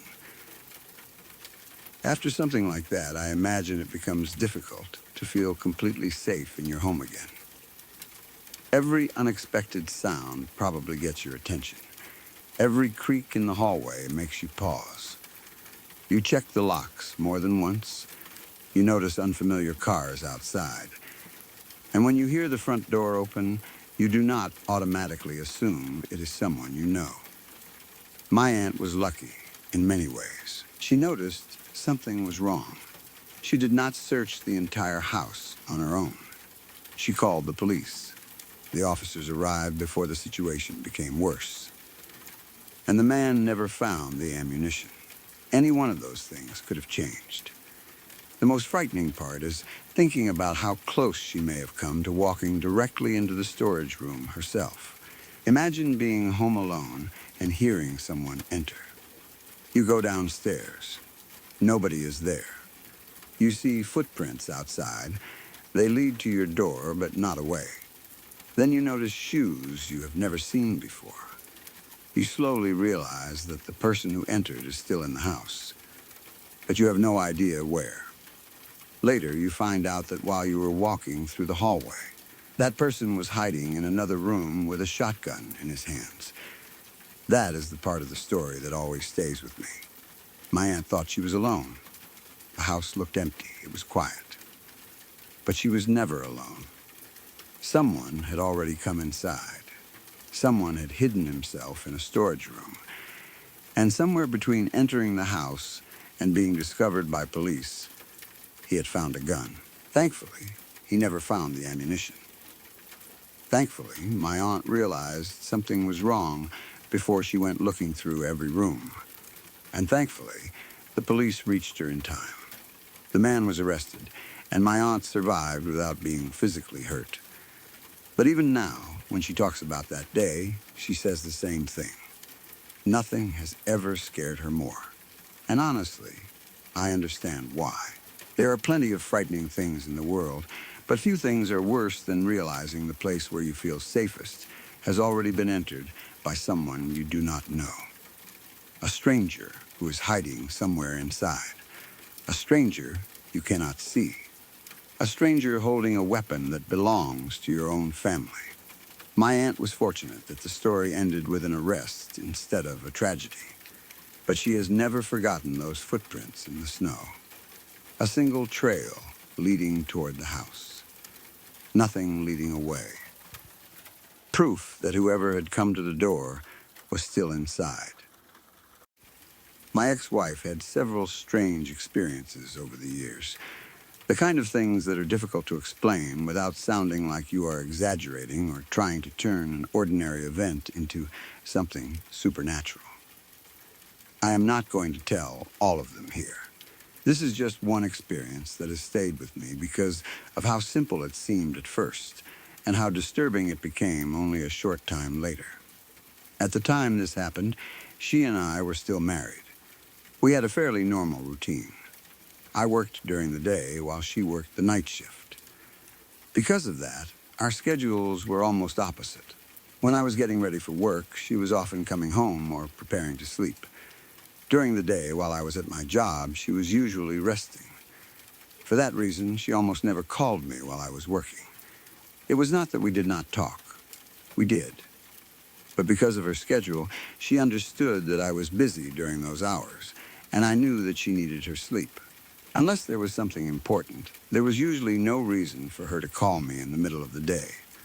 That is probably why I immediately noticed something was unusual when my phone rang at work one day and I saw that it was her. I answered. Right away, she told me she needed me to do something. She wanted me to call my friend Danny. Not later. Not when I got home. She wanted me to call him and make sure he was okay. She also wanted me to make sure his family was okay. I remember being confused. Danny was a friend of mine, and as far as I knew, there was no reason to think anything was wrong with him. He had not called me asking for help. I had not heard about any emergency. There had been no argument or warning that suggested something bad was happening. So naturally, I asked my wife, why? Why did I suddenly need to call Danny? Had someone contacted her? Had she heard something? Was there some kind of accident? Her answer was stranger than I expected. She told me she had been dreaming. Something about the dream had upset her enough to wake her and make her call me. The problem was that she could not actually remember the dream. She knew she had dreamed something. She knew it had something to do with Danny or his family. And whatever she had experienced while sleeping had left her with such a strong feeling that something was wrong that she wanted me to contact him immediately. I asked her what she had seen. She could not tell me. I asked whether Danny was in the dream. She was not sure. She just kept saying that I needed to call him. She wanted me to make sure he and his family were all right. To be honest, I did not know what to think. If anyone else had called me at work and told me they had a bad dream and I needed to check on a friend, I probably would have laughed it off. A dream is a dream. Most people have strange dreams all the time. You wake up feeling afraid, confused, sad, or nervous, and a few minutes later you realize there was no reason for any of it. Sometimes you cannot even remember what happened in the dream. You just remember the feeling. That seemed to be exactly what had happened to my wife. She could not describe anything specific. There was no clear image, no warning she could repeat, no voice telling her that something terrible had happened, nothing like that. There was only this powerful sense that I should call Danny. Because she sounded serious, I agreed. I told her I would call him. After we hung up, I contacted Danny. The conversation itself was completely normal. I asked how he was doing. Then I asked about his family. As far as he knew, everything was fine. I explained why I was calling. I told him that my wife had been asleep and had experienced some kind of dream she could not remember. For whatever reason, she had woken up worried about him and his family, and had asked me to check on them. Danny found the whole thing mildly amusing. I cannot blame him. From his point of view, the call probably seemed strange but harmless. A friend's wife had a bad dream and wanted to make sure everyone was okay. There was nothing obviously frightening about that. He told me he was fine. He said his family was fine too. He thanked my wife for being concerned about them. The conversation ended normally. There was no panic in his voice. No bad news. Nothing that made me think the situation was anything other than my wife having an unsettling dream. After speaking with Danny, I called my wife back. I told her I had checked on him. Everything was fine. Danny was okay. His family was okay. There was nothing to worry about. I expected that to make her feel better. It did not. She sounded doubtful. Very doubtful. I could tell she did not believe that everything was actually fine. I reminded her that I had spoken to Danny myself. He had told me there was no problem.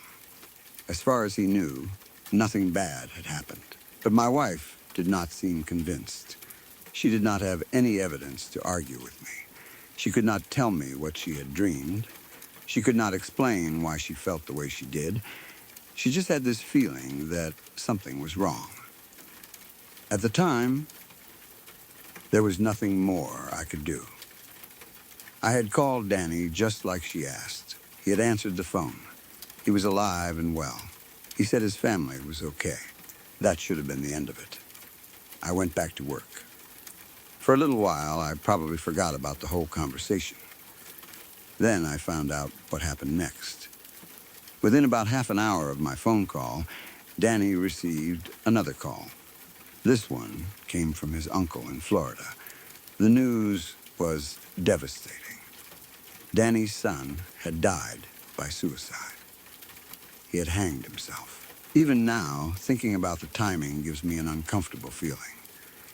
When I called Danny, he genuinely believed his family was fine. He had no idea what had happened. There was no reason for him to tell me anything different, because he did not know yet. My wife had called me before Danny received the news. She had woken from a dream she could not remember, disturbed enough that she broke her normal routine and called me at work. She specifically asked me to contact Danny. She specifically asked me to make sure both he and his family were okay. I called him. He told me everything was fine. And less than 30 minutes later, he learned that his son was dead. I have thought about that sequence of events many times. The thing that bothers me most is how little information my wife actually had. If she had dreamed clearly about an accident, a death, or something involving Danny, maybe it would be easier to explain the situation as coincidence. Maybe she had been thinking about him recently. Maybe she had heard something that stayed in her subconscious. Maybe her brain built a dream around some forgotten conversation. But that is not what happened. At least, not according to her. She could not remember the dream. She only remembered the feeling it left behind. She woke up knowing that I needed to call Danny. That was it. She did not say, I dreamed Danny was hurt. She did not say, I saw his son. She did not describe a funeral or an emergency. She simply told me to make sure he and his family were okay. And when I told her they were, she did not believe me. That part has always stayed with me. She had no logical reason to doubt what I was saying. I had spoken directly to Danny. If anyone should have known whether his family was all right, it should have been him. But even he did not know yet. The terrible news was already on its way to him. His uncle was going to call. Within half an hour, everything would change. Yet somehow, before any of us knew what had happened, my wife woke up afraid. I am not saying I know what that means. I do not. I am not trying to prove that she had some kind of psychic ability. I cannot prove anything supernatural happened. Maybe it was an extraordinary coincidence. People dream about friends and family members all the time. Sometimes bad things happen shortly afterward. If enough people have enough dreams over enough years, coincidences are bound to happen. That is the reasonable explanation. And maybe that is all this was. But knowing that does not make the timing feel any less strange. There is also the fact that my wife had experienced other unusual things. This was not the only time she had a feeling or experience that was difficult to explain. I could tell other stories about her, but this one has always stood apart because there was such a clear connection between what she did and what happened immediately afterward. She woke up. She called me unexpectedly. She told me to check on a specific person. She asked about that person's family. I called him. He said everything was fine. She remained unconvinced. Then, within 30 minutes, he received news that his son had died. The entire thing happened so quickly that there was barely time to process one part before the next part occurred. I have often wondered about the exact timing of the events. I do not know exactly when Danny's son died in relation to my wife's dream. That is one of the details I never learned. Maybe it happened while she was sleeping. Maybe it had already happened when she woke. Maybe the news simply had not reached Danny yet. I cannot say. But sometimes I think about that possibility. What if, at the exact moment something terrible was happening hundreds of miles away, my wife was asleep and suddenly became disturbed? What if whatever happened in her dream was connected to that moment? Again, I do not know. There is no way for me to prove it. there may be a completely ordinary explanation. Still, the question remains. Why Danny? Why that day? Why his family? Out of all the people we knew, why did she suddenly wake up and insist that I call him? And why was she so doubtful when I told her everything was okay? Those are the details that make the story difficult for me to dismiss completely. I also sometimes think about what Danny must have experienced that day. One moment, he received a strange but friendly phone call from me. I told him my wife had a bad dream. I asked whether he and his family were okay. He probably smiled or laughed a little. He assured me that everything was fine. He told me to thank her for caring. Then we hung up. Less than half an hour later, his phone rang again. This time, it was his uncle. And this time, the call destroyed any sense that everything was fine. I cannot imagine what it must have been like for him to remember my call afterward. Did he immediately think about what my wife had said? Did the timing bother him? Did he wonder why she had felt something was wrong before he knew? I never pushed him to talk about that. The loss of a child is something I cannot pretend to understand.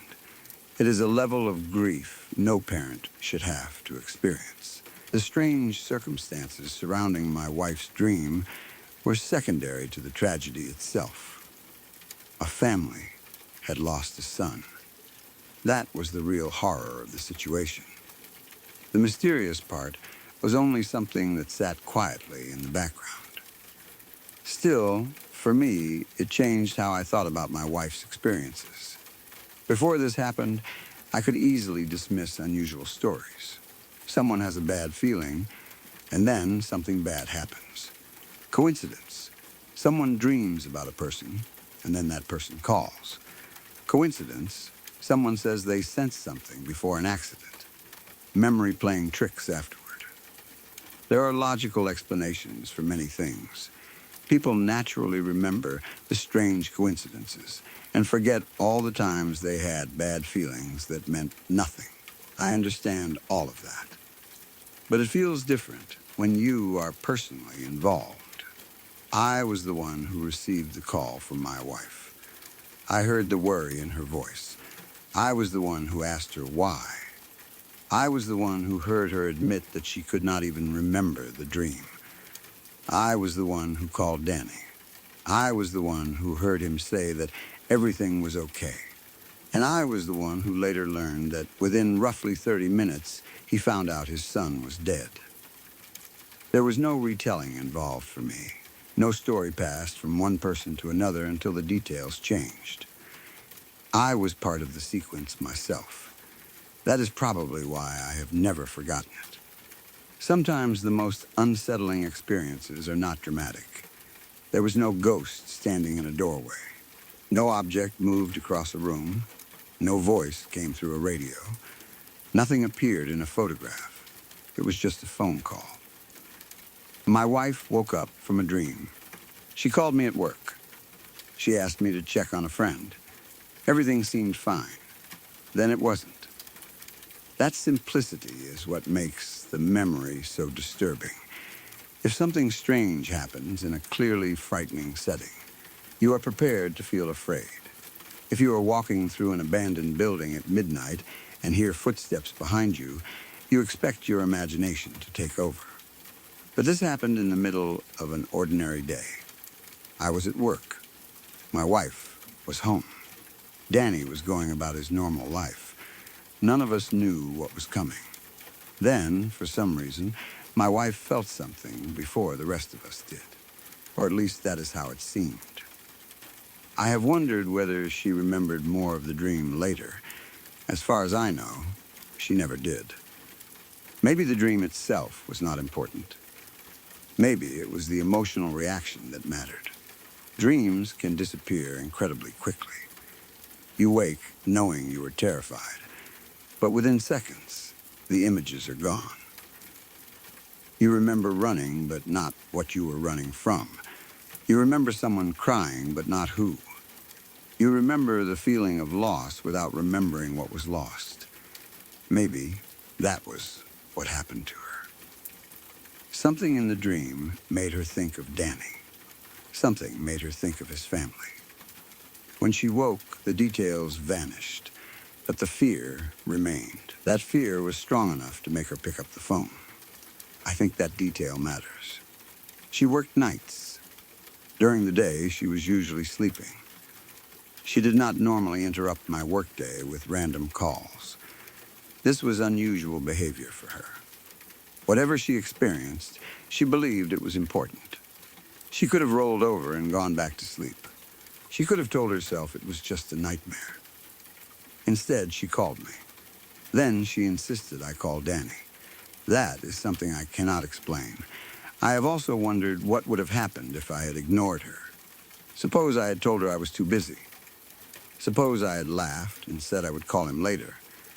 Eventually, Danny still would have received the call from his uncle. The tragedy would not have changed, but I would have missed the strange timing completely. There would have been no phone call from me just before the news. There would have been no moment when Danny told me everything was okay, only to discover minutes later that it was not. Maybe that is why the experience feels so carefully timed. My wife called me. I called Danny. Danny assured me he was fine. I called my wife back. She remained doubtful. Then the second call came. It all happened in a narrow window of time. Even now, I sometimes try to arrange it in my mind in a way that makes it feel less strange. Maybe my wife had heard me mention Danny recently. Maybe something about that conversation entered her dream. Maybe her dream happened to be unpleasant. Maybe she woke up thinking about him. Then, by terrible coincidence, his son died around the same time. Statistically, impossible-looking coincidences do happen. I know that. But I still cannot shake the memory of her reaction when I told her Danny was okay. She should have been relieved.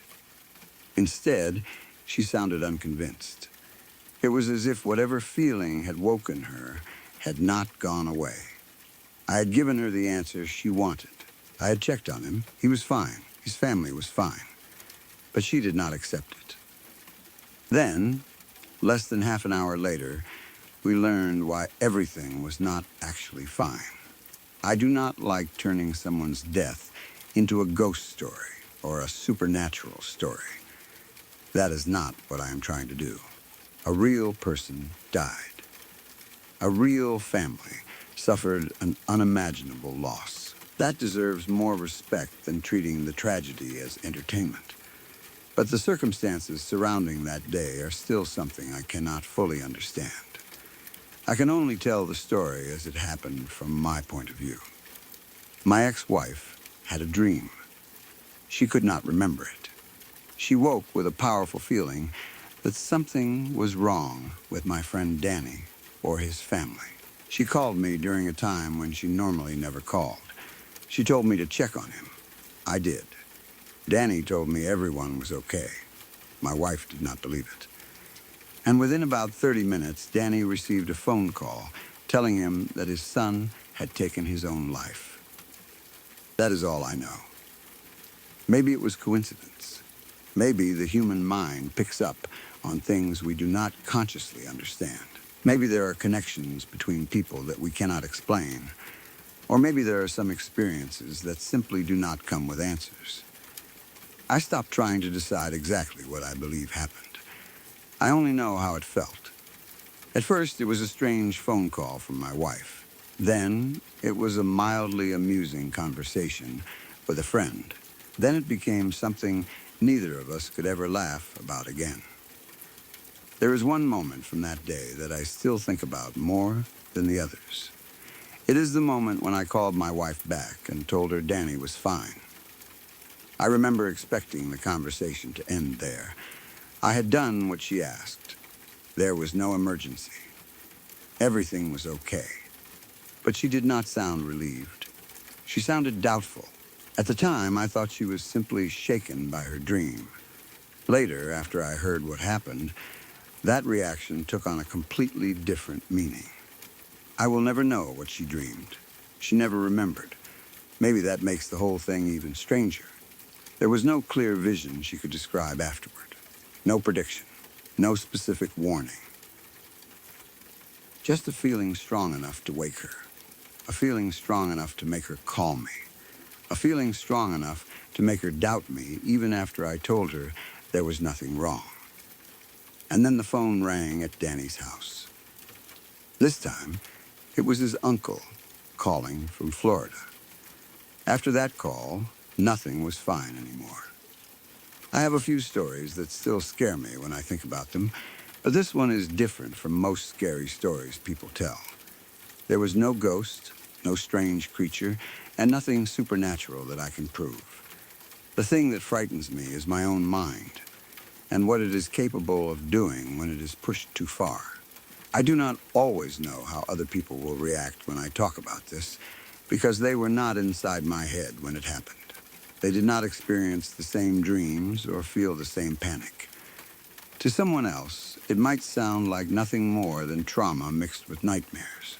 Maybe that is exactly what it was. But when you are the person living through it, especially when your mind begins mixing memories together and making them feel real, it can become more frightening than anything happening in the outside world. Everything started shortly after I graduated from high school. One morning, I woke up and went toward the living room of our house. I do not want to go into every detail about what I saw, but my father was there. He was dead. I remember the moment clearly. There are some memories that become softer as the years pass. Faces become harder to picture. Conversations disappear. Small details get mixed up. This memory never did. When I found him, I immediately tried to help. I tried giving him CPR. At that point, I was not thinking clearly. I was acting on instinct, doing anything I could, because part of my mind refused to accept what was right in front of me. I wanted something to work. I wanted him to breathe. I wanted him to move. I wanted the morning to become something other than what it was. But it was already too late. By the time I found him, my father was gone. There was nothing I could do. That morning changed something inside me. Afterward, I developed severe trauma from finding him. Looking back, I understand that I was suffering from PTSD, but at the time, I did not fully understand what was happening to me. All I knew was that I could not escape that morning. During the day, I knew my father was dead. I knew I had found him. I knew what had happened. At night, my brain forced me to experience it again, and again, and again. The nightmare was almost always the same. I would be back in the house. Everything would feel normal at first. I would be walking toward the living room. Then, suddenly, before I reached it, I would remember. I would know what was waiting for me. I would realize exactly what I was about to see. That was the worst part. It was not even seeing him. It was knowing I was about to. In the dream, I would be walking closer to the living room when this feeling of absolute terror would hit me. My mind would scream at me to stop. Do not go in there. Do not look. You already know what is there. But the dream kept pulling me forward. Every step brought me closer. The fear would build until I could no longer handle it. Then I would start screaming. It was not a normal scream. It came from somewhere deep inside me. It felt almost animal, a completely uncontrolled primal sound. I would scream before entering the living room. Then I would wake up, and I would still be screaming. This happened over and over for about a year. For an entire year, sleep became something I feared. Most people think of sleep as a place to escape. If you have a bad day, you go to bed. If you are exhausted, you sleep. Your body relaxes. Your mind gets a break. For me, sleep became the opposite. Going to sleep meant going back to that hallway. It meant walking toward that living room. It meant realizing what I was about to find. Then, it meant screaming myself awake. After enough nights like that, I became afraid to close my eyes. I started staying awake. Sometimes I would stay awake for days. I knew that was unhealthy. I knew I could not continue living that way. But when the choice in my mind was between exhaustion and having the nightmare again, exhaustion sometimes felt safer. I thought that if I did not sleep, I could not dream. If I did not dream, I would not have to walk toward that room again. At least that was what I told myself. But staying awake for days does terrible things to a person. My body became exhausted. My emotions became harder to control. I could not think properly. I was physically awake, but I was barely functioning. For about a year, I do not think I was really living. I existed. That was about it. I tried to get through each day while carrying this constant fear that eventually I would become too tired to keep my eyes open. Then I would fall asleep. Then I would be back there. I did not know how to stop it. I could not control the dreams. I could not change what had happened. And I could not convince my own mind to leave the memory alone. Then, one day, something happened. It was in the middle of the day. I was awake. My girlfriend was with me. She is my wife now, but at the time we were still dating. According to her, something suddenly changed. I do not remember the beginning of it the way she does. From her point of view, my entire body tensed up.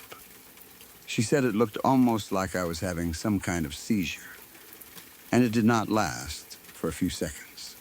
It went on for about an hour. For her, I was physically there. For me, I was somewhere else completely.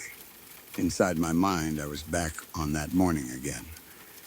The morning I found my father.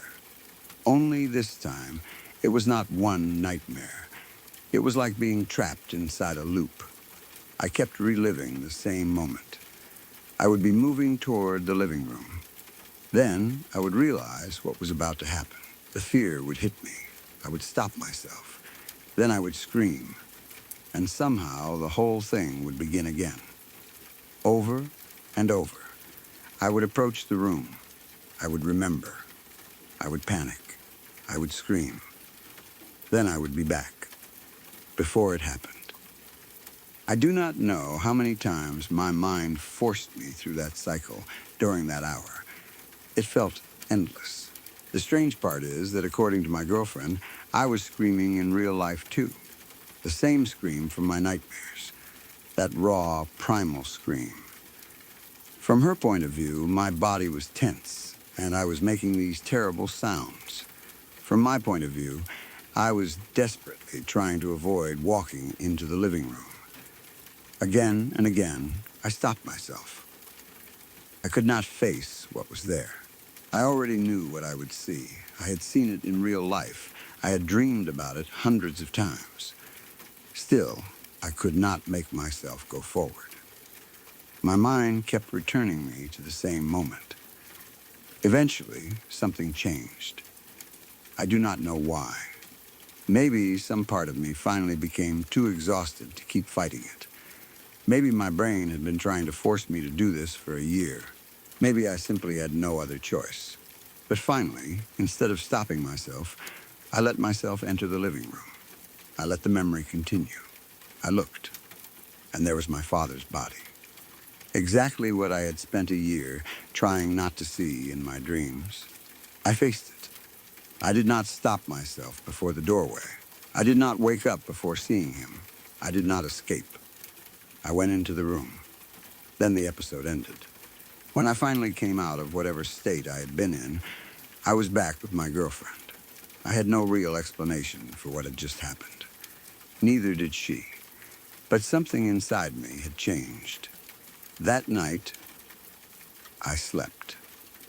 The nightmare did not come back. The next night, I slept again. Still nothing. For the first time in about a year, I was no longer being forced to walk toward that living room every time I closed my eyes. It was almost as though my brain had been stuck at the same point in the memory. Every night, I had reached the moment before seeing my father and refused to go any farther. Then, during that strange episode, my mind forced me to complete the memory. Once I finally did, the nightmares stopped. I do not know whether that is a medically accurate way of explaining what happened. I only know what I experienced. For a long time after that, I thought maybe it was finally over. I had survived the worst period of my life. The nightmares were gone. I could sleep again. I could function again. The memory of finding my father was still painful, of course. Something like that never completely disappears. But it was no longer controlling me every night. Years passed. Then came 2005. By then, my life had changed completely. I had joined the army. Eventually, I was sent to Iraq. I had experienced fear before because of what happened to my father, but being in a war zone was a completely different kind of fear. You learn to pay attention to everything, every vehicle, every person near the road, every object that looks out of place, every movement in the distance. You know that a normal situation can become dangerous in seconds. At one point, I was leading a convoy. We had received intelligence warning us about a tactic that might be used against us.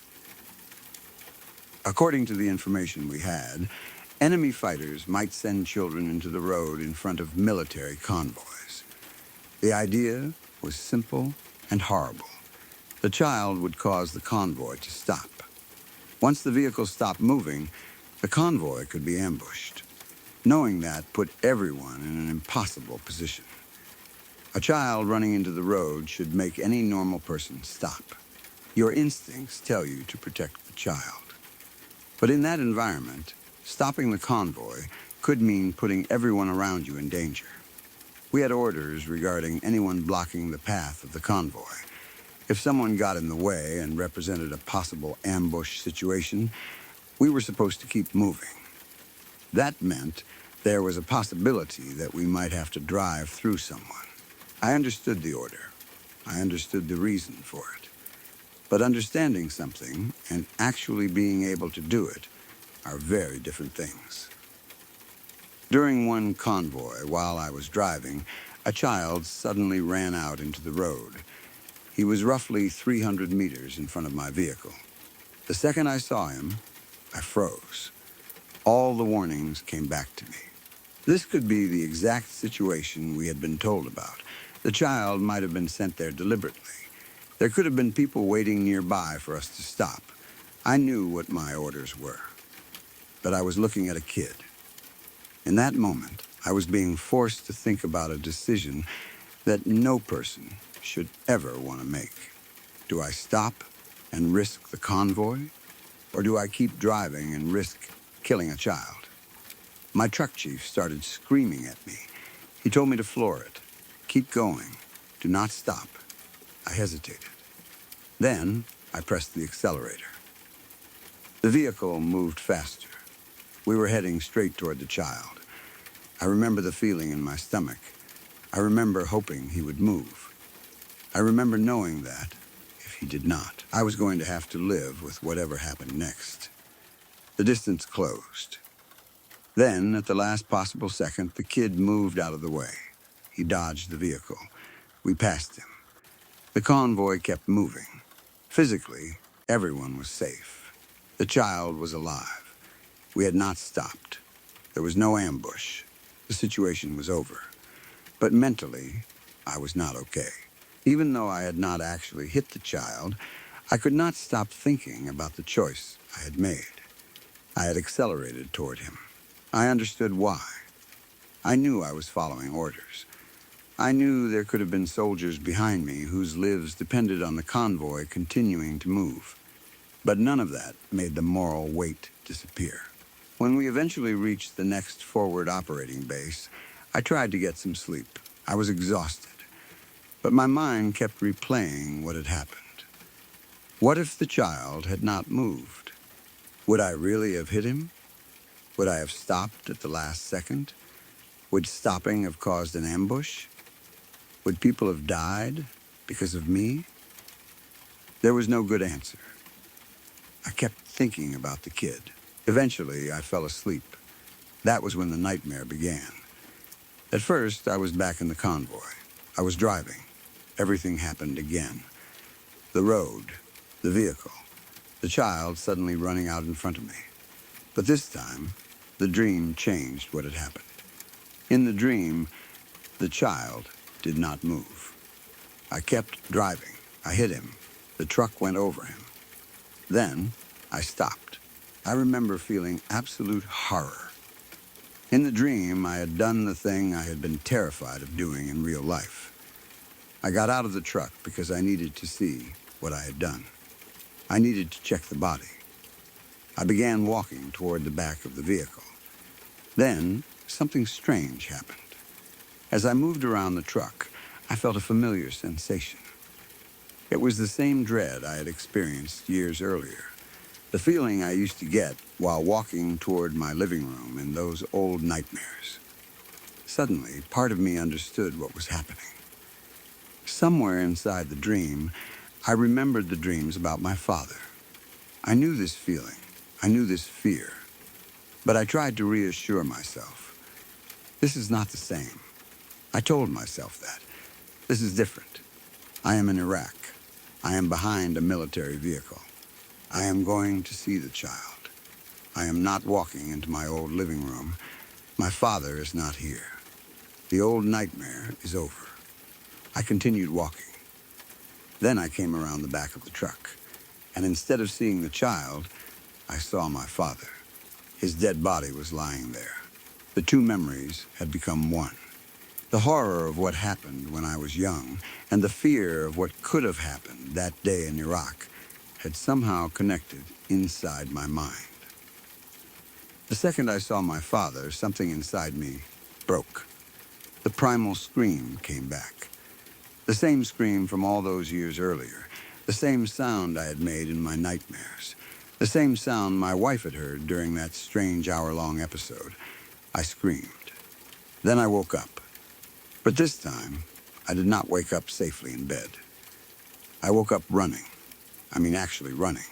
Full speed. I was already in a sprint by the time I became aware of what I was doing. My eyes opened, and my body was moving. I had no idea where I was. I did not recognize the part of the fob I had somehow reached. That terrified me almost as much as the nightmare. 1 second, I had been asleep. In my mind, I had been looking at my father's dead body behind the truck. Then suddenly, I was awake and running through an unfamiliar part of the base.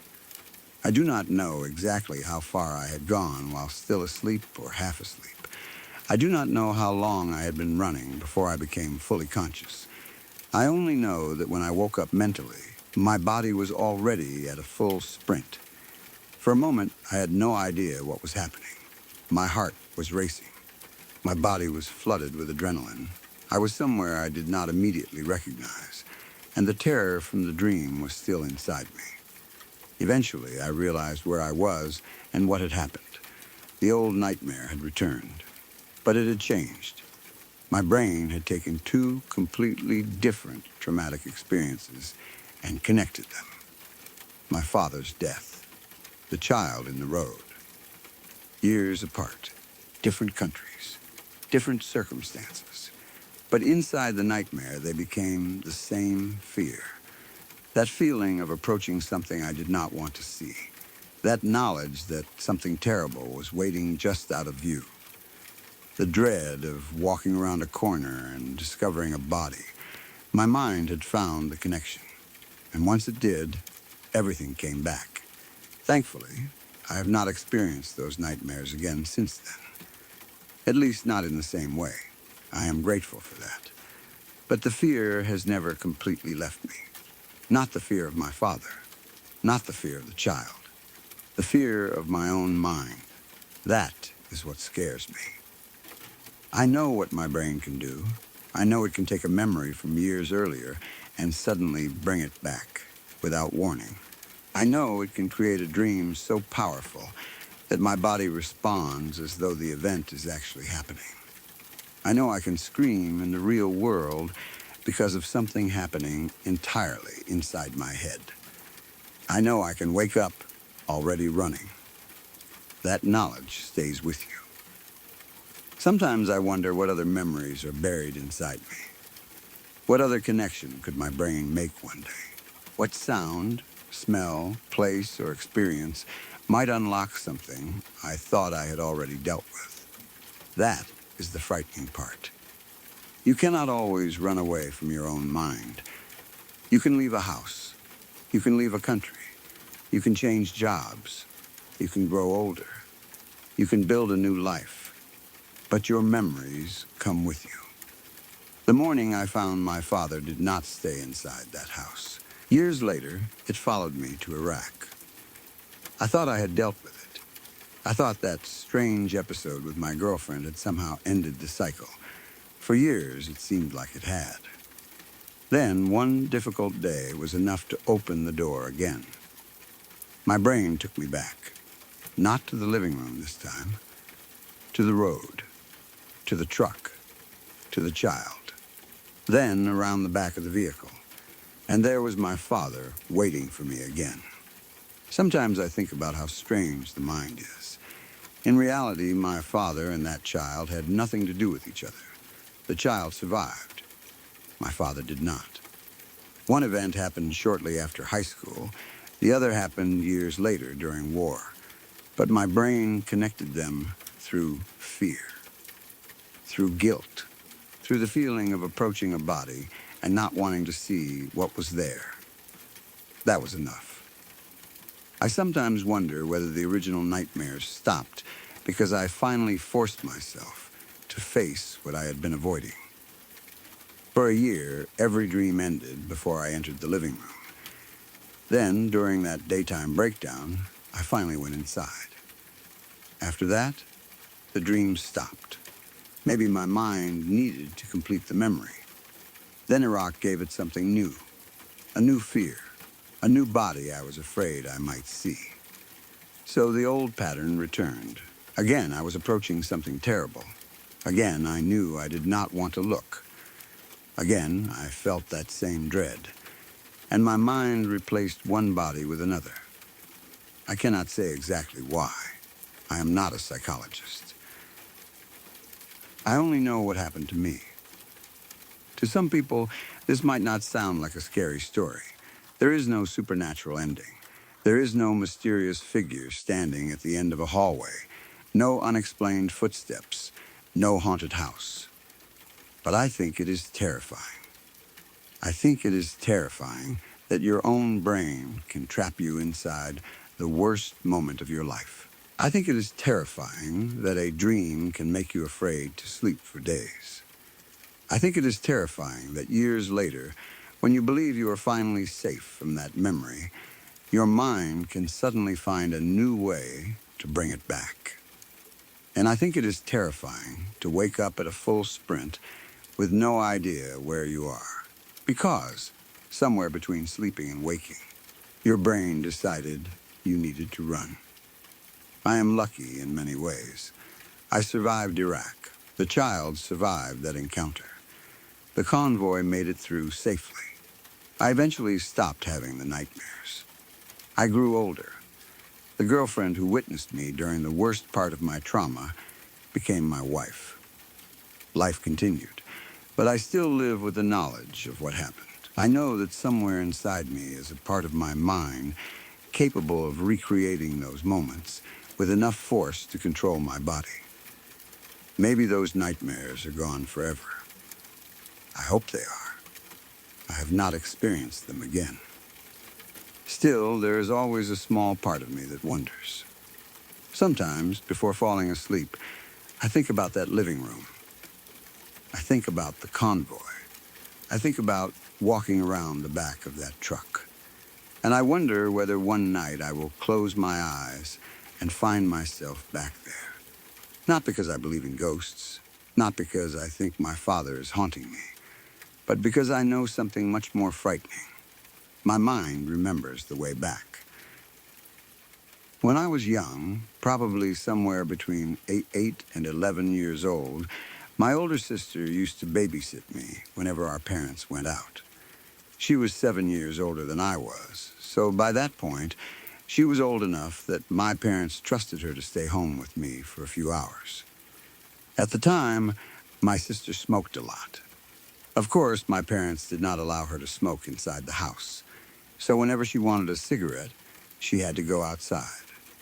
Most of the time, she would stand in the carport beside the house. Our carport faced the street. From there, you could see the driveway stretching down toward the road, as well as most of the street in front of our house. There was also a church farther down the road with a parking lot that was visible from the area around our home. Whenever my sister went outside to smoke, I often followed her. I was a kid, and I was bored. Sometimes I would play around in the carport. Sometimes I would talk to her. Sometimes I would intentionally annoy her because that is what younger siblings do. It became part of our routine. She would go outside for a cigarette. I would follow. She would smoke while I found some way to entertain myself. There was nothing strange about it. Then one day, my sister noticed a vehicle sitting near the end of our driveway. It was a white SUV. I cannot remember the exact model. I believe it may have been a mid-1990s Oldsmobile Bravada, or something very similar. I was young at the time, so I cannot say with complete confidence exactly what make and model it was. What I do remember clearly was the color and the windows. The SUV was white. It also had a bike rack on top, and the windows were incredibly dark. They were some of the darkest tinted windows I had ever seen. You could not see inside from the side at all. Not even a shadow. Not even the shape of the driver. Nothing. The SUV was simply sitting there in the road near the end of our driveway. At first, that was all it did. It did not pull into our driveway. Nobody got out. Nobody rolled down a window. It just sat there. My sister noticed it, but she did not immediately panic. People stopped their cars for all kinds of reasons. Maybe the driver was checking directions. Maybe they were waiting for someone. Maybe they were having car trouble. There were plenty of normal explanations. Still, after a while, the situation started to feel strange. The SUV remained there while my sister smoked. Then, when she finished her cigarette and went back inside the house, the SUV drove away. But it did not really leave. Instead, it drove to the end of the road and pulled into the church parking lot. Then it waited. The next time my sister went outside for another cigarette, the SUV appeared again. It returned to the same general area near the end of our driveway. Again, it sat there. Again, no one got out.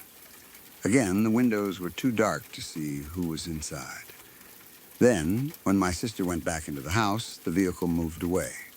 It returned to the church parking lot and waited. After some time, my sister came outside again.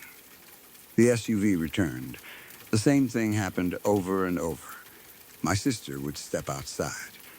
The SUV would appear. She would stand in the carport smoking. The SUV would sit at the end of the driveway. When she went back inside, it would move down the road and wait at the church. Then, when she came outside again, it would return. There was no obvious reason for any of this. The driver was not visiting anyone. The person never came to our door. They never asked for directions. They never spoke to my sister. They simply appeared to be watching. At least that is what it felt like. My sister was always a fairly brave person. She was not someone who frightened easily. At first, she mostly ignored the SUV. She noticed it, obviously. She knew the behavior was strange. But she did not allow herself to become too scared.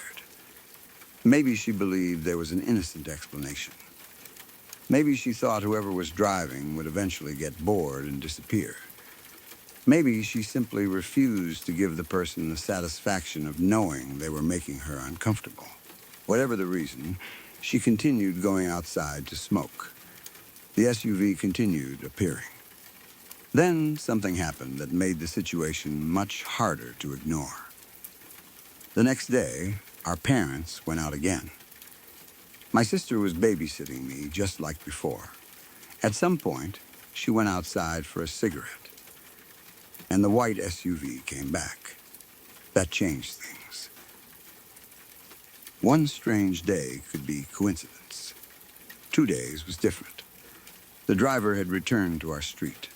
The vehicle once again positioned itself near our driveway, and once again it seemed interested in my sister. I remember sometimes staying inside while she went out. When I did, I would look through the front window. From inside the house, I could see the SUV sitting there. I could see my sister outside, and the vehicle would simply remain in place.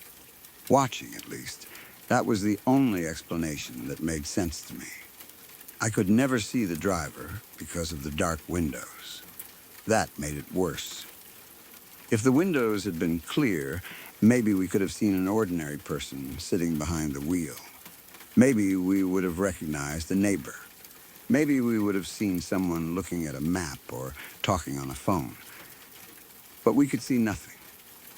The vehicle felt empty even though we knew someone had to be driving it. It was like a blank white box sitting at the edge of our property. Every time my sister came outside, it was there. Every time she went back inside, it left. Eventually, she told our father. My father was a sheriff's deputy at the time. He took things like this seriously. He knew there could be a harmless explanation, but he also understood that a vehicle repeatedly sitting outside a house and apparently watching a teenage girl was not something to ignore. He contacted the police and made a complaint. Officers came to the area. They looked around. They checked the road and nearby places. But of course the SUV was gone. There was nothing for them to find. No white vehicle sitting near our driveway. No suspicious driver waiting in the church parking lot. Nothing at that point. There was not much anyone could do. We did not have a license plate number. We could not identify the driver. All we had was a general description of the SUV. White, dark, tinted windows. Bike rack on top. Possibly an older model Bravado or something similar. The police left. After that, things became quiet. For months, we saw nothing. The SUV disappeared. At first, I am sure we continued watching for it. Every vehicle coming down the street probably caught our attention. Any white SUV might have made us look twice. But as weeks turned into months, the fear slowly faded. Eventually, it started to feel like the whole thing was over. Maybe whoever had been watching my sister had moved on. Maybe the police presence had frightened them away. Maybe the driver had never been doing anything dangerous in the first place. We did not know. Life went back to normal. Then, after a long period of nothing, the SUV returned. It had been around 9 months since the whole thing first began, and if I remember correctly, it had been roughly 4 months since the last time we had seen the vehicle. One day, there it was again.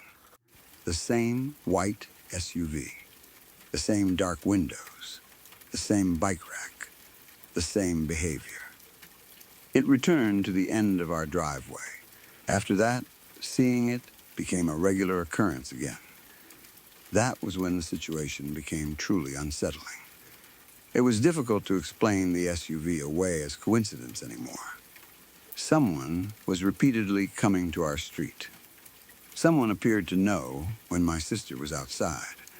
Someone was willing to return even after months had passed. We still had no idea who was driving. We did not know whether it was the same person every time, although we assumed it was. We did not know why they were interested in my sister. We did not know whether they lived nearby. We did not know how they knew when she was home. There were too many questions and no answers. One day, my sister was outside smoking again. As usual, our parents were not home. It was just the two of us. And, as expected, the SUV appeared. By this point, my sister had clearly become tired of the situation. Imagine being watched by a stranger for months. Imagine going outside your own home and finding the same vehicle waiting. Imagine not knowing who is inside. Eventually, fear can turn into anger. My sister decided she had had enough. She told me to stay in the carport. She was going to confront whoever was inside the SUV. At the time, I was too young to fully understand how dangerous that decision might have been. To me, she was my older sister. She was brave. Our father was a police officer. I probably assumed she could handle herself. She started walking down the driveway toward the SUV. The vehicle did not immediately move. She kept walking. Then, about halfway down the driveway, something happened. Nothing physical. The driver did not get out. Nobody pointed a weapon at her. The SUV did not suddenly drive toward her. But my sister stopped. Years later, when talking about that moment, she described it in a way I have never forgotten. She said that as she approached the SUV, she suddenly felt absolute terror. Not normal nervousness. Not the uncomfortable feeling of approaching a stranger. Something much stronger. She said she had this overwhelming certainty that if she continued walking toward that vehicle, she was going to die. She could not explain why. There was nothing she could actually see through the windows. But every instinct in her body suddenly told her to stop. She said she felt almost paralyzed by fear. It was as though some part of her knew she had crossed an invisible line. If she went any farther, something terrible would happen. My sister was normally brave. She was the kind of person who had been willing to walk directly toward a suspicious vehicle because she was tired of being watched. But whatever she felt halfway down that driveway was strong enough to make her turn around. She did not continue. She went back to the house. I do not know what would have happened if she had reached the SUV. Maybe the driver would have sped away. Maybe they would have rolled down the window. Maybe it would have turned out to be someone with a harmless but strange explanation. But my sister did not believe that. Even years later, she remembered the fear she felt in that moment. She believed that turning around was the right decision. After that, the SUV continued appearing from time to time. We still never got a good look at the person driving. Then came the night when everything finally ended.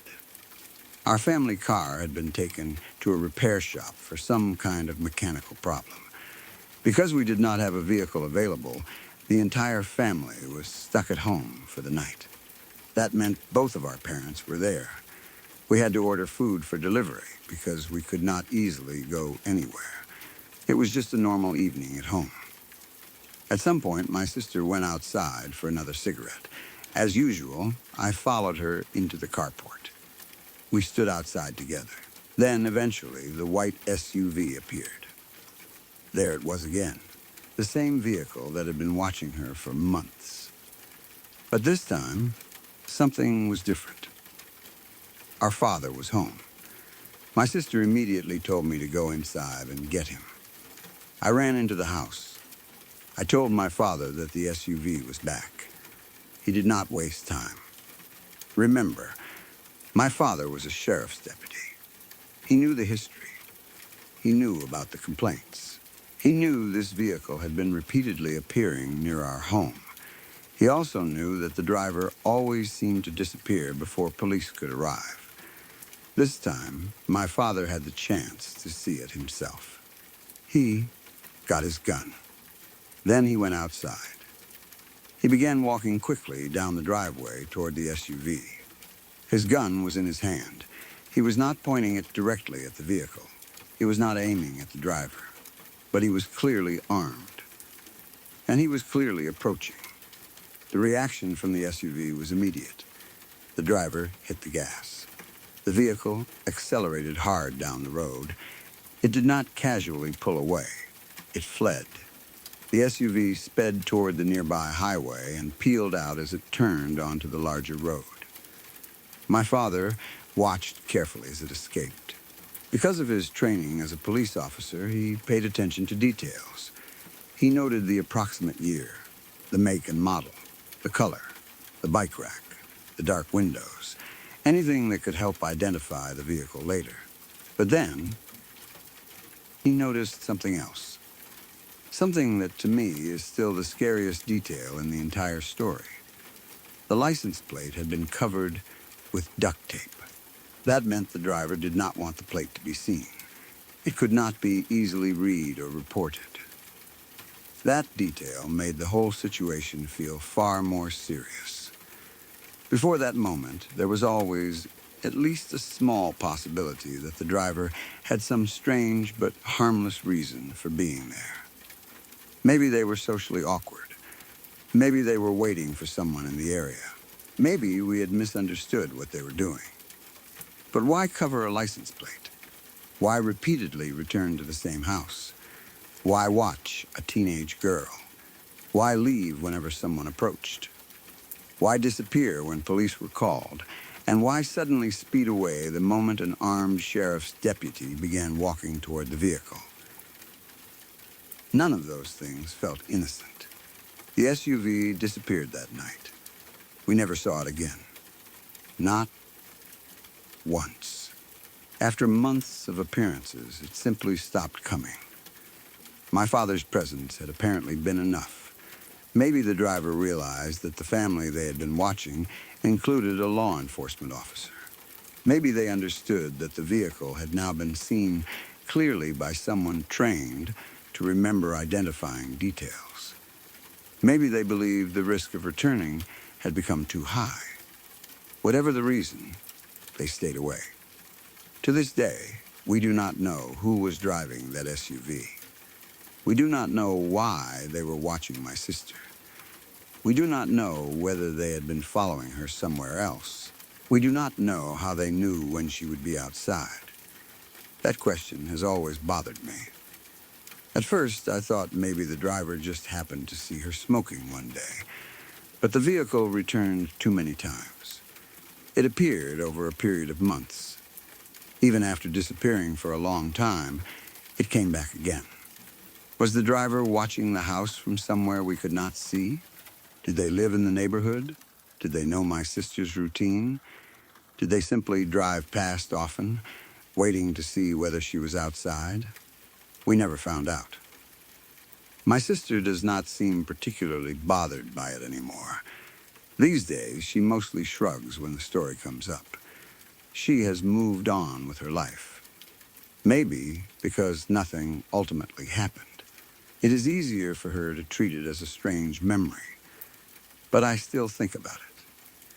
Especially that moment when she tried to approach the SUV. My sister was willing to confront the driver. She had made up her mind. She started walking. Then, halfway down the driveway, every instinct she had told her to stop. People sometimes talk about gut feelings. That sudden sense that something is wrong even when you cannot explain why. Maybe our brains notice small details without consciously understanding them. Maybe she saw something about the SUV that frightened her. A slight movement inside, a shape behind the windshield. Maybe she noticed that the engine was still running. Maybe there was simply something about the situation that her mind recognized as dangerous. Or maybe it was just fear finally catching up with her. Whatever happened, she turned around. I am glad she did. The fact that the license plate was covered with duct tape has always made me wonder what the driver's intentions really were. Someone who hides their license plate is usually trying to avoid identification. That does not automatically mean they were planning something violent. But combined with everything else, it is difficult not to imagine the worst. What if my sister had kept walking? What if she had reached the passenger window? What if a door had opened? What if someone had grabbed her? What if the SUV had been watching her because the driver was waiting for the right moment? We will never know. There is also something else that bothers me. Most of the times the SUV appeared, our parents were not home. My sister was babysitting me. That means the driver may have known when we were alone. Maybe that was coincidence. But when you think about how regularly the vehicle showed up while our parents were away, it is hard not to wonder. Did the person know my father's schedule? Did they know he was a sheriff's deputy? Maybe they did not. Maybe that was why they disappeared forever the first time they actually saw him. I sometimes imagine the driver sitting behind those dark windows, watching my sister. From our side, the SUV was impossible to see into. But from inside, the driver could probably see us clearly. That was one of the most disturbing things about it. They could watch us. We could not watch them. They knew exactly what my sister looked like. They knew when she came outside. They knew when she went back in. But we did not even know whether the driver was a man or a woman. We had no face, no name, nothing. Just a white SUV. Dark windows, a bike rack, and later, a license plate covered in duct tape. As a child, I did not fully understand how frightening the situation was. I knew the SUV was weird. I knew my sister did not like it. I knew my father was concerned. But only as I got older did I begin to understand how badly things could have ended. A teenage girl was repeatedly being watched outside her own home. A mysterious vehicle returned over and over. The driver avoided police. The license plate was intentionally hidden. And when confronted by an armed law enforcement officer, the driver immediately fled. Those are not normal circumstances. Sometimes I wonder whether the person eventually found someone else to watch. That thought is worse. Maybe my sister was not the first person. Maybe she was not the last. Maybe the driver had done the same thing in other neighborhoods. Maybe someone else did not have a sheriff's deputy for a father. Again, there are no answers.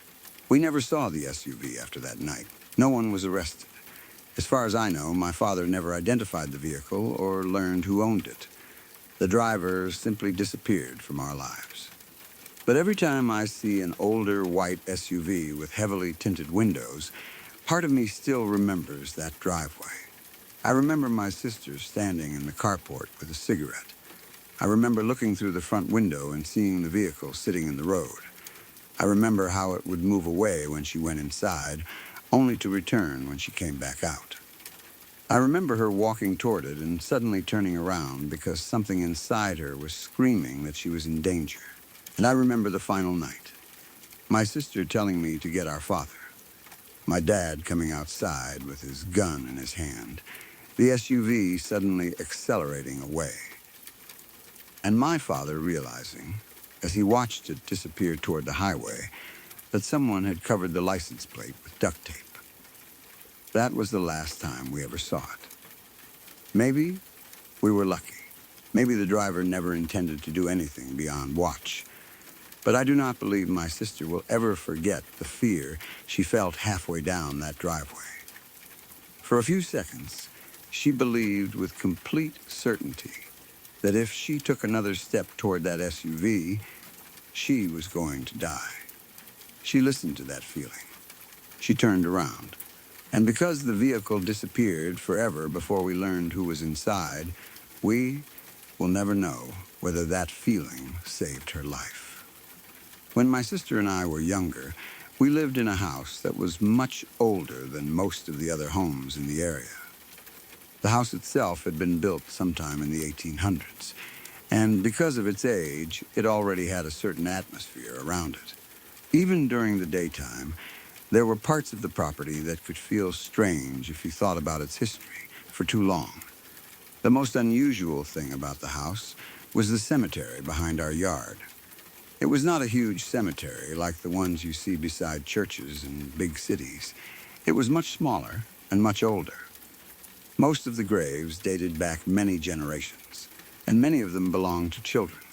From what we were told, some of those children had died during outbreaks of illnesses like the flu. Back then, medicine was not what it is today, and diseases that are now much easier to treat could spread through families and entire communities very quickly. As children, we did not fully understand the history. We just knew there was a cemetery behind our house. To us, it was normal. It had always been there. The old stones, the faded names, the dates from more than 100 years earlier, those things were simply part of where we lived. Visitors, however, found it interesting. People sometimes came through the area because of the history of the house and cemetery. Some were tourists. Others were people who were interested in old buildings, local history, or graveyards. So seeing strangers nearby was not unusual. Most of the time, people would simply walk by, look at the house, maybe glance toward the cemetery, and continue on their way. We were used to it. There were also plenty of creepy stories connected to that property. Old houses naturally collect stories over time. Someone sees a strange light. Someone hears footsteps when nobody is there. Someone claims they saw a figure standing near the graves. Stories get passed around, changed, and made scarier every time they are told. As kids, of course, we heard some of those stories. And yes, they scared us sometimes. But none of those ghost stories ever frightened me as much as something that happened there in real life. It happened when my sister and I were still very young. I do not remember exactly what game we were playing that day. We were simply outside in the yard doing what kids do. Maybe we were running around. Maybe we were playing with toys. Maybe we were making up some kind of game. I only remember that it was a normal day. We were not thinking about danger. We were not worried about strangers. We were not thinking about the cemetery behind our house or any of the creepy stories connected to it. We were just two children playing outside. At some point, we noticed an elderly couple walking near our yard. There was a man and a woman.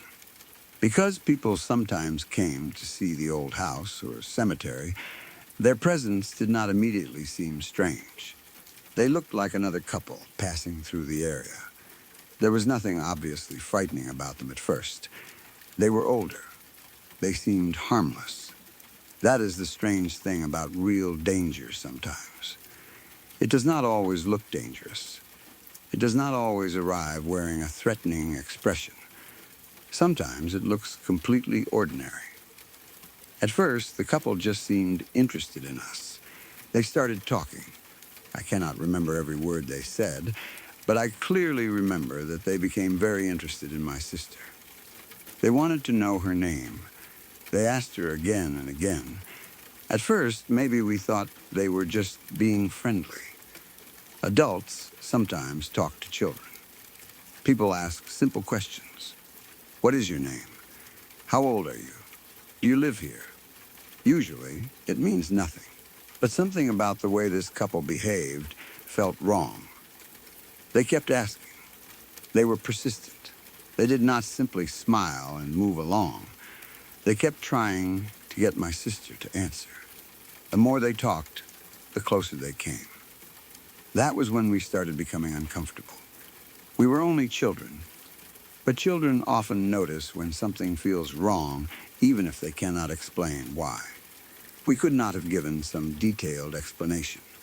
We did not know anything about criminal behavior or warning signs. We just felt scared. The elderly couple continued approaching us. They were still asking my sister for her name. My sister did not want to answer. Neither of us understood why it mattered so much to them. Why did they care what her name was? Why would two strangers keep asking a little girl the same question? Why were they coming closer? The whole situation changed very quickly. A few moments earlier, they were just an old couple walking past the yard. Now they were strangers who would not leave us alone. I remember the fear building inside us. We were small. They were adults. Even though they were elderly, they still seemed much bigger and more powerful than we were. We did not know what they wanted.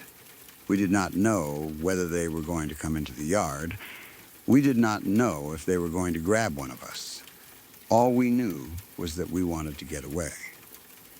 So we ran. My sister and I turned around and hurried back inside the house.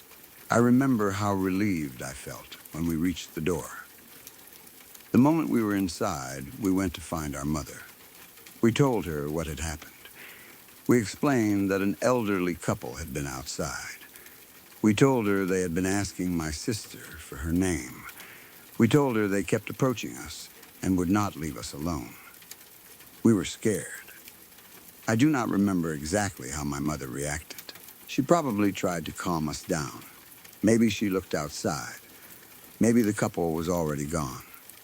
At that moment, there probably was not much anyone could do. Two older people had spoken to us. They had not touched us. They had not tried to enter the house. They had not openly threatened us. From an adult point of view, maybe it could still have been explained as strange but harmless behavior. Maybe they were simply nosy. Maybe they were confused. Maybe they were just overly friendly and did not understand that they were frightening two children. There were plenty of possible explanations. And because nothing else happened that day, life continued. My sister and I stayed safe. The couple disappeared. The event became one of those uncomfortable childhood memories. At least, that was how it seemed at first. Then, about a week later, everything changed. I remember hearing a story on the news. I was still young, so I did not understand every detail the way an adult would. But I understood enough. The news was reporting that an elderly couple had approached a teenage girl. They had kidnapped her. And then, they had raped her. The story was horrifying. Even hearing something like that as a child was frightening. But then I realized something that made it much worse. The elderly couple being described on the news was the same couple who had approached my sister and me. The same people who had been near our yard. The same people who kept asking my sister what her name was. The same people who had slowly moved closer while we were playing outside. That realization completely changed the memory. Suddenly, what had happened was no longer strange. It was terrifying. Those people had not simply been friendly tourists. They had not just been an unusual older couple trying to make conversation. They were dangerous. They had approached another young person. And this time, according to the news, they had kidnapped and sexually assaulted her. I remember thinking about my sister. Why had they been so interested in her? Why did they keep asking her name? What would have happened if we had answered their questions? What would have happened if we had stayed outside? What if we had not become scared? What if we had walked closer to them instead of running away? Those questions stayed with me. Even now, I sometimes wonder exactly what their intentions were that day. Maybe they were only talking to us. Maybe they had not decided to do anything. But after learning what they did to someone else, it became impossible not to think about the worst possibilities. Perhaps they were testing us. Maybe they wanted to see whether we were alone. Maybe they were trying to learn our names so they could pretend to know us. Maybe they wanted to gain our trust. There are many reasons criminals ask children personal questions. A stranger who knows your name suddenly seems less like a stranger. A child might be more likely to listen. Maybe they could say, "Your mom told us to come get you." Maybe they could call us by name later and make it seem as though they knew our family. I do not know. I will never know. But I do know that two children stood outside that day while a dangerous couple approached them. And somehow, our instincts told us to run. That part has always stayed with me. We were so young, nobody had to tell us that something was wrong. We felt it. There was something in the way they looked at us, something in the way they kept asking questions, something in the way they continued getting closer. Our fear took over before our minds could understand the situation. We ran home. That decision may have protected us from something terrible. I often think about the teenage girl from the news. I did not know her. I never met her. I do not know exactly how she was approached or what the couple said to her. Maybe they used the same friendly tone. Maybe they asked her name. Maybe they seemed harmless. Maybe she thought an elderly couple could not possibly be dangerous. That is one of the most disturbing parts of the story. People are taught to be afraid of certain types of strangers. Someone wearing a mask, someone driving a suspicious van, someone acting aggressive. But an elderly couple? Most people would not immediately be afraid. Children especially are taught to respect older people. We are often told that elderly people need help, that they are kind, that they are grandparents, that they are safe. Of course, most elderly people are harmless, but danger does not belong to one age group. It does not have one face. The couple who approached us looked normal enough that they were able to walk around without immediately frightening anyone. That was probably part of what made them dangerous. I sometimes wonder whether the cemetery had anything to do with why they were there. Because the area attracted visitors, strangers, had a reason to be near our house. Nobody would automatically question an unfamiliar vehicle. Nobody would think it was strange to see people walking near the property. Maybe that gave them an excuse to watch the area. Maybe they were genuinely there because of the cemetery and simply noticed us. Or maybe they had other reasons. Again, there are no answers. I only know what happened. My sister and I were outside. They saw us. They approached. They became interested in my sister. They kept asking her name. They moved closer. We became afraid. We ran inside. Then, only a short time later, we heard that the same people had committed a terrible crime against another young girl. The timing made everything feel real in a way that childhood fears usually do not. Before that, the old cemetery was probably one of the creepiest things in my life. I had grown up hearing stories connected to it. Dead children buried behind our yard, old headstones, a house built in the 1800s, possible ghosts. Those were the things that were supposed to be frightening. But after what happened, the cemetery never seemed as scary. The dead were not what frightened me anymore. The living were. The ghosts in the stories had never tried to hurt us. The elderly couple had come much closer to real danger than any ghost ever did. As I got older, I understood more about what happened. As a child, I only knew that bad people had approached us. As an adult, I understood how vulnerable we had been. We were children playing outside. Our mother was inside. The couple could probably tell we were young enough to be easily frightened or manipulated. If they had tried to grab us, would we have been able to fight them off? Probably not. If they had convinced us to walk closer, could they have forced us into a vehicle? Possibly, if my sister had answered all their questions, would that have helped them in some way? I do not know. The fact that we will never know their intentions might be the most unsettling part. I think many people believe that if they escape danger, they will eventually feel relieved. And yes, I am relieved. I am grateful that my sister and I were not harmed. But sometimes relief comes with another feeling. You begin to understand how close something may have come. You start replaying the moment. You remember where you were standing. You remember where the strangers were. You remember how far they had already moved toward you. And you realize how little distance there was between safety and something much worse. Sometimes, only a few seconds separate those things. A child decides to stay, or a child decides to run. We ran. That was it. There was no heroic decision, no careful plan. We were scared, so we went inside. That simple choice ended the encounter. If we had stayed outside another minute, maybe nothing would have happened. Maybe the couple would have eventually walked away. But after hearing the news, none of us could comfortably believe that anymore. My mother must have been horrified, too. I can only imagine being a parent and realizing that two people who later committed such a serious crime had been talking to your children outside your own home. You would replay every possibility. What if the children had not come inside? What if you had been in another room and did not hear them? What if the couple had come closer before they ran? Parents want to believe they can protect their children, but no parent can watch every second. That day, my sister and I were only a short distance from the house.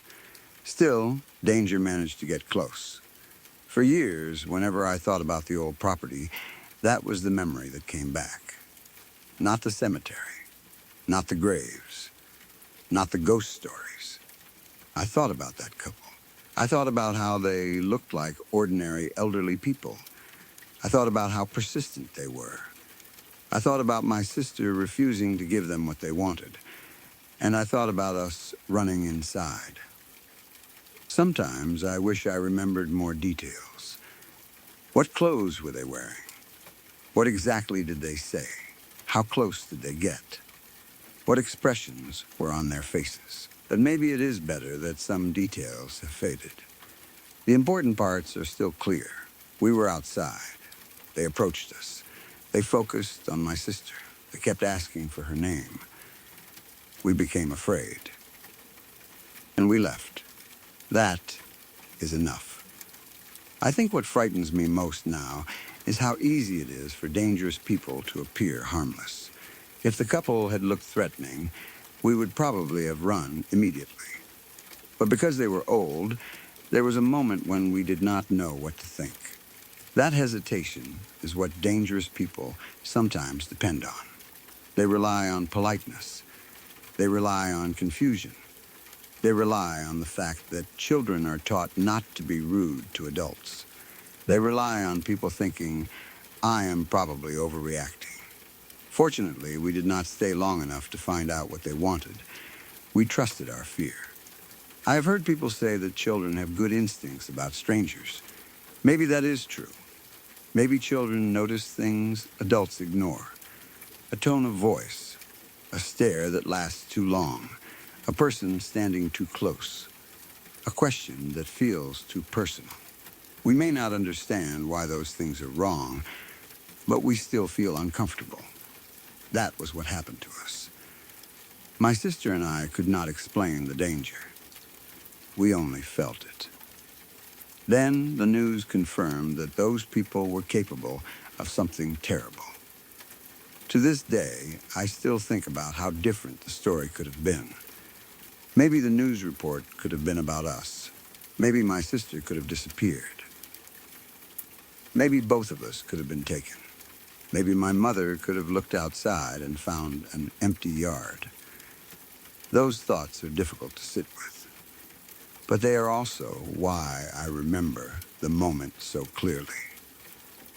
We were lucky, extremely lucky. The old house had plenty of frightening stories connected to it. People talked about strange things happening around the cemetery. There were stories about children who had died there generations earlier. Some people claimed the place was haunted. Maybe it was, maybe it was not. I never saw anything supernatural there that scared me as much as that couple did. Because ghosts are uncertain. People argue about whether they exist. But those two people were real. They stood near our yard. They spoke to us. They kept coming closer.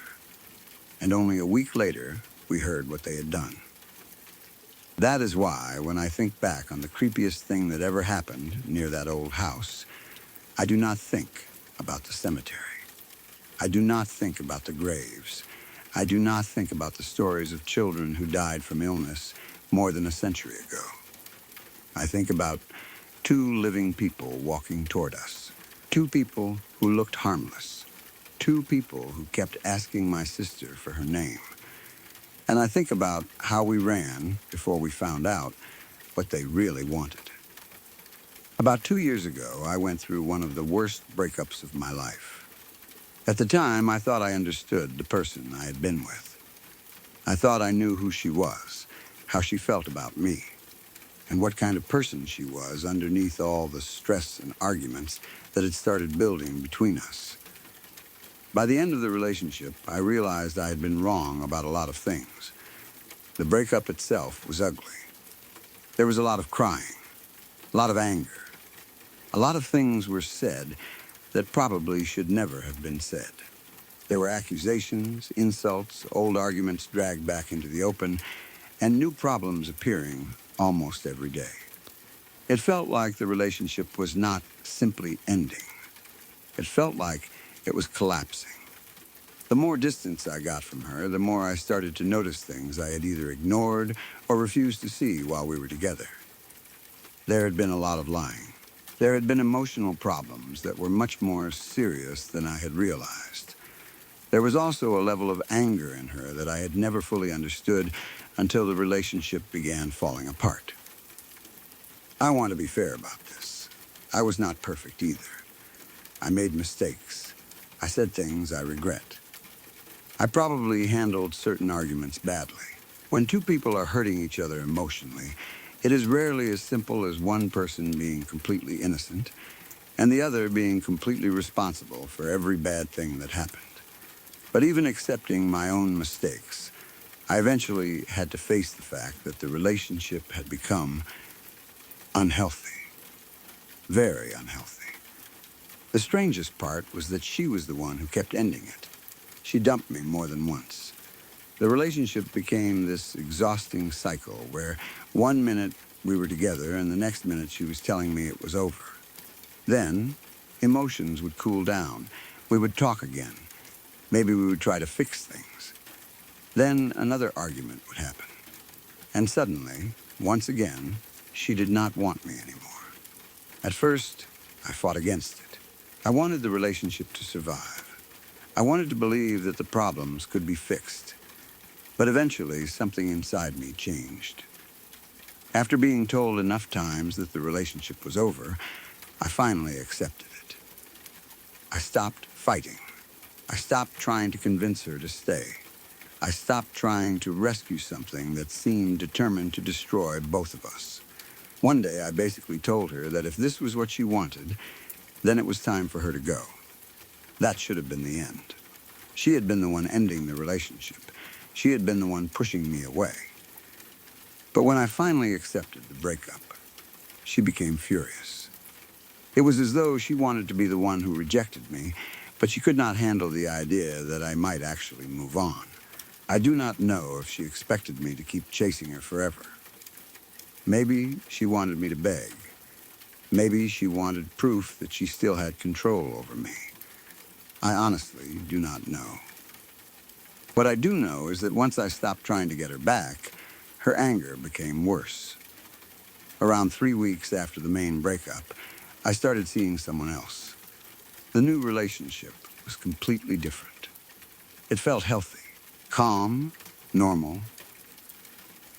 After everything I had been through, it was almost shocking to remember that a relationship did not have to feel like a constant emotional emergency. I know 3 weeks sounds fast. Maybe it was. But emotionally, the previous relationship had been falling apart long before the final breakup. By the time I started seeing someone new, I felt like I had already spent months grieving the relationship while I was still technically inside it. My ex found out. She was absolutely furious. From her point of view, I had replaced her. From my point of view, I had finally accepted what she had told me repeatedly. We were over. But she did not see it that way. Her anger toward me became more intense. I tried to avoid unnecessary contact. There were still practical things that had to be dealt with. She still had belongings at my place. Eventually, she contacted me and said she wanted to come over and collect some of her things. That seemed reasonable enough. No matter how ugly a breakup becomes, people still have clothes, boxes, personal items, and other belongings that need to be returned. So one day, she came over. I expected the situation to be uncomfortable. I knew there might be another argument. I knew she might say something cruel. But I never imagined what was actually about to happen. At some point while she was there, she told me to sit down. We ended up sitting on the bed. She had something with her, a note. She handed it to me. Then she told me to read it. Not silently, out loud. I looked at the paper. What she had written was not an apology. It was not a final goodbye. It was not a letter about how much the relationship had meant to her. It was a speech about me, a vicious one. The note said that I was incapable of love, that I was a terrible person, that there was something fundamentally wrong with me. It said things designed to hurt me as deeply as possible. And eventually, it said that I deserved to die. I refused to read it aloud. I did not understand why she wanted me to. Reading something like that silently was bad enough. I did not want to sit there and use my own voice to repeat every hateful thing she had written about me. But she started screaming. She demanded that I read it. She became more and more angry. At that point, I was exhausted. Emotionally, I was completely drained. I did not want another fight. I did not want another hour of screaming. I just wanted her to take her things and leave. So finally, I gave in. I remember thinking that if reading the stupid note out loud would make her go away, then fine. I would read it. So I started. I read the words she had written about me. I read that I was incapable of love.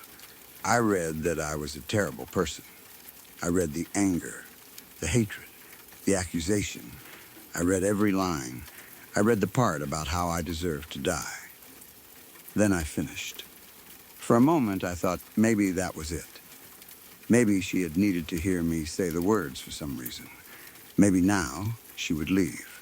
Instead, she reached into her purse and pulled out a gun, a loaded gun. I remember the moment my mind understood what I was looking at. There is a very strange difference between knowing that guns exist and having someone who hates you sitting in front of you with one. Everything changes immediately. The room changes. The air changes. Your body changes. 1 second, you are in an emotional argument. The next second, you are thinking about whether you are going to be alive 5 minutes from now. I realized that the note had not simply been some dramatic breakup speech. She had made me read out loud that I was a horrible person, that I could not love anyone, that I deserved to die. Then she pulled out a loaded gun. She wanted to kill me. At least, that was what she told me. For roughly the next 15 minutes, I sat there while she tried to work up the nerve to pull the trigger. Those 15 minutes felt much longer. It is difficult to describe what happens inside your mind when you are sitting in a room with someone who is openly considering murdering you. Part of your brain wants to panic. Run, scream, fight, do something. But another part understands that one sudden movement might be exactly what causes the person to fire. So you sit there, you watch, you try to think, you try to breathe, you try not to make the situation worse. She talked, a lot. She made it clear that she understood what would happen if she killed me. She said she knew the law. She knew she would be caught. She knew she would go to prison.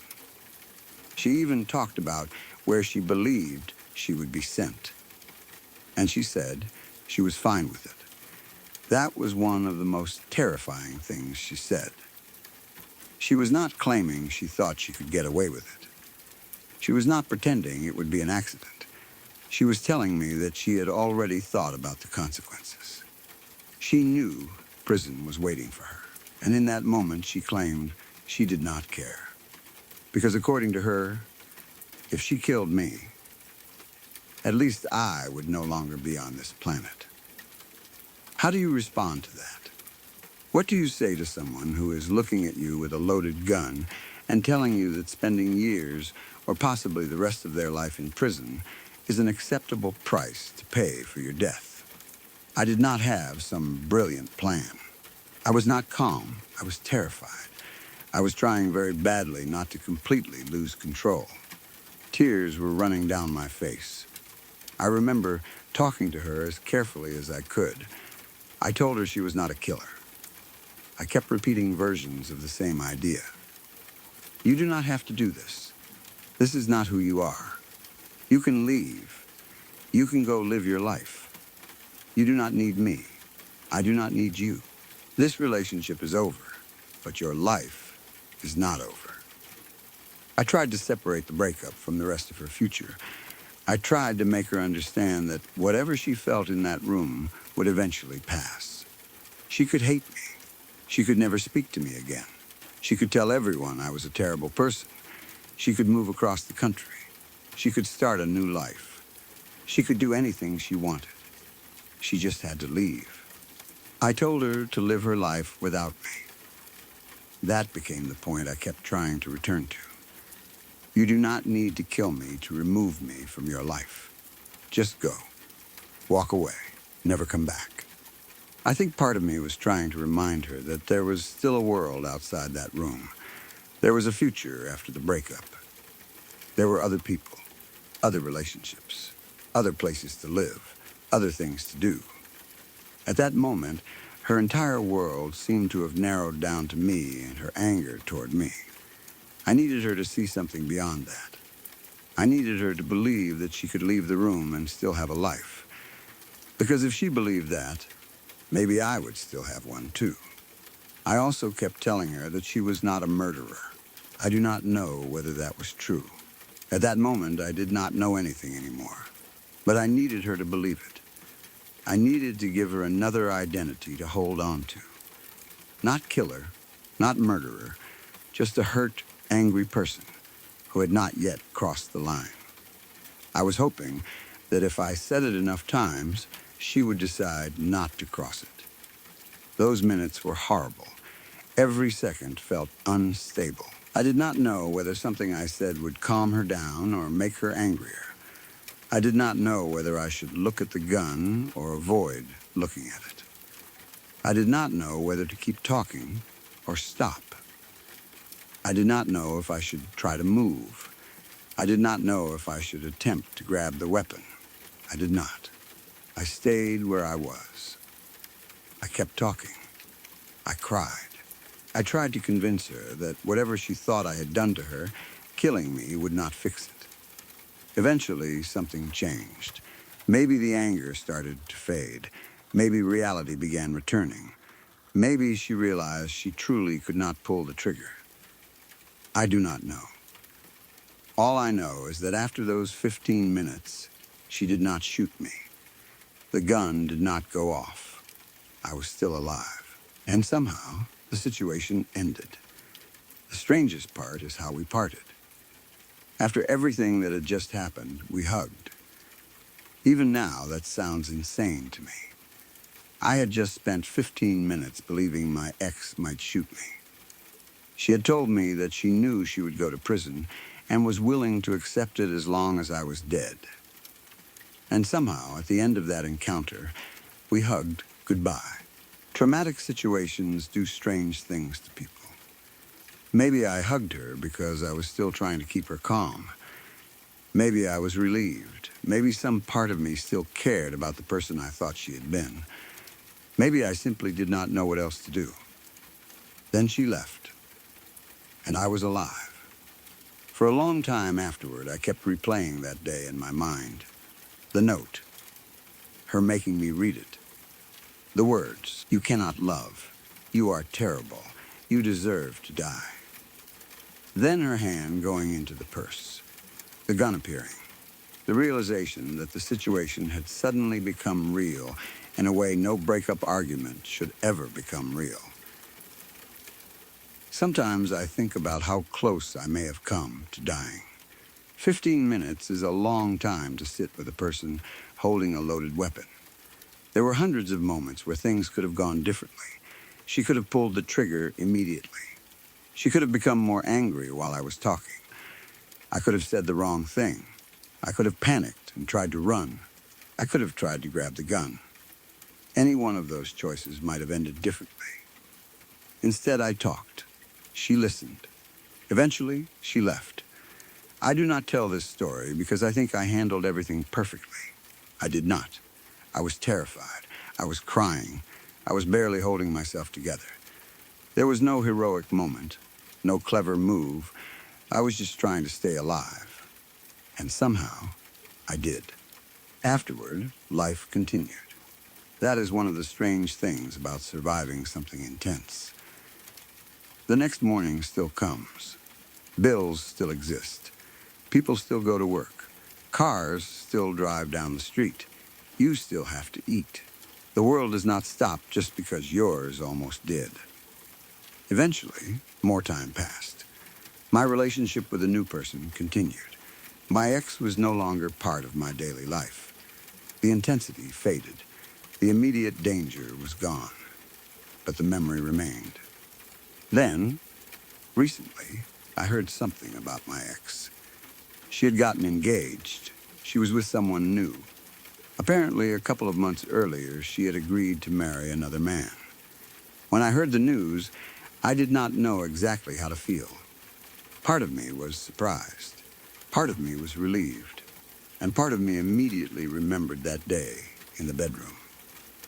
The note, the gun, her telling me she was willing to go to prison if it meant I was dead. Now, she had moved on. She had found someone else. She was planning a future with another person. In a strange way, it proved the exact thing I had been trying to tell her while she held that gun. There was life after me. There was a future. She could move on. She could meet someone else. She could build another relationship. She did not have to destroy both of our lives because our relationship had failed. At the time, she could not see that. Now, apparently, she had. I sometimes wonder whether she ever thinks about what happened. I wonder whether she remembers it the same way I do. I wonder whether she feels ashamed. I wonder whether she has convinced herself it was not as serious as it really was. I wonder whether she remembers exactly what she said. Maybe she does. Maybe she does not. I have no idea. What I do know is that I remember.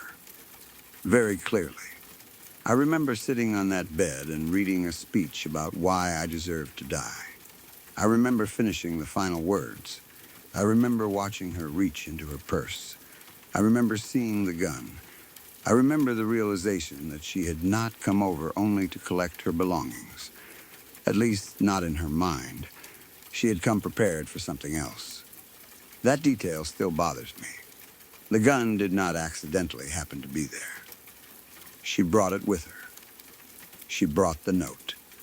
She made me read it. Then she showed me the weapon.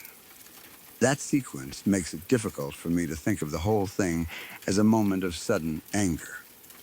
She had thought about it before arriving. Maybe she had not fully decided what she would do. Maybe she only wanted to scare me. Maybe she wanted to force me to hear everything she had written. Maybe she genuinely planned to kill me and lost her nerve. I will probably never know exactly what was going through her mind. But I know what was going through mine. I thought I was going to die. There was a point during those 15 minutes when I truly believed my life might end in that room. I remember wondering what the gunshot would feel like. I remember thinking about my family finding out. I remember thinking about the wall behind me. She had already said I deserved to die. And now she had the ability to make it happen with one movement. It is difficult to forget something like that. The strangest thing is that the breakup itself now feels almost unimportant compared to what followed. All the lies, the arguments, the crying, the anger over my new relationship. At the time, those things felt enormous. Now, they seem small, because once a loaded gun entered the situation, everything else became background noise. A bad breakup is painful. Being insulted is painful. Being hated by someone you once loved is painful. But sitting in front of a person who is trying to decide whether or not to kill you changes the scale completely. After that, the relationship was not simply over. It became something I never wanted to return to. I sometimes think about how strange it is that she was the one who ended things repeatedly. Then, when I finally accepted the ending, she could not accept my acceptance. Maybe that was the real issue. Maybe it was never only about love. Maybe it was about control. As long as I was trying to get her back, she knew she still mattered to me in the way she wanted. Once I stopped, something broke. Then I moved on. And that seems to have made everything worse. I do not claim to understand her mind. I am not qualified to diagnose her. I only know what I saw and experienced. She was deeply angry. She had been lying about things. She was emotionally unstable. And one day, she came to my home with a note and a loaded gun. I survived. That is the important part. We eventually parted with a hug, which still sounds unbelievable even to me. Then she walked away. Years later, she got engaged to someone else. And I am still here. Sometimes, when I think about hearing the news of her engagement, I almost laugh at the strange ending to the story. Not because any of it is funny. It is not. But because life continued exactly the way I had begged her to let it continue. She moved on. I moved on. The world kept turning. There was no need for anyone to die. There never was. Maybe one day she will have a happy marriage. Maybe she has changed. Maybe she has gotten help. Maybe she has built a healthier life. I honestly hope so. I do not want revenge. I do not want her life ruined. I wanted exactly what I told her that day. I wanted her to go live her life without me. And apparently, that is what she eventually did. Still, I will never forget how close that choice came to being taken away from both of us. For 15 minutes, I sat in a room and tried to convince someone that murder was not the answer to heartbreak. For 15 minutes, I watched a person I had once loved decide whether I deserved to continue existing. And then, somehow, the moment passed. The gun was never fired. She left. We both lived. Years later, she is engaged to someone else. And whenever I hear that, I think back to the same thing I told her while tears were running down my face. You are not a killer. You can leave. You can live your life without me. In the end, that is exactly what happened. But for a while, I honestly did not think either of us was going to make it out of that room. When I was a kid, there were plenty of things I hated doing around the house. But nothing bothered me as much as taking my dirty clothes downstairs to the basement. It sounds ridiculous now.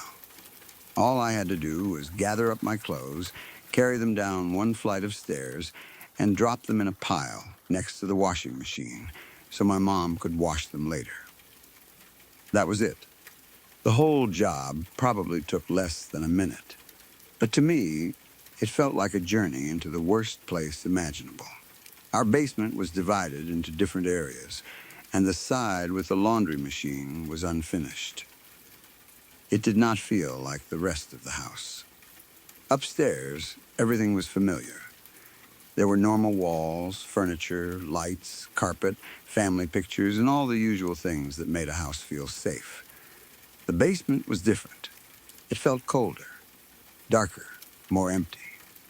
The unfinished section especially had that strange feeling that basements sometimes have, where every shadow seems deeper than it should be, and every sound seems to come from somewhere you cannot see. I hated being down there. Even during the day, I did not like it. At night, I would not have willingly gone down there for anything. If my mom told me to take my clothes downstairs, I would put it off as long as possible. I would stand at the top of the stairs and look down into the basement, trying to convince myself that there was nothing there. Of course there was nothing there. I knew that. At least the logical part of my mind knew it. But the rest of me did not believe it. To me, the basement was not just a basement.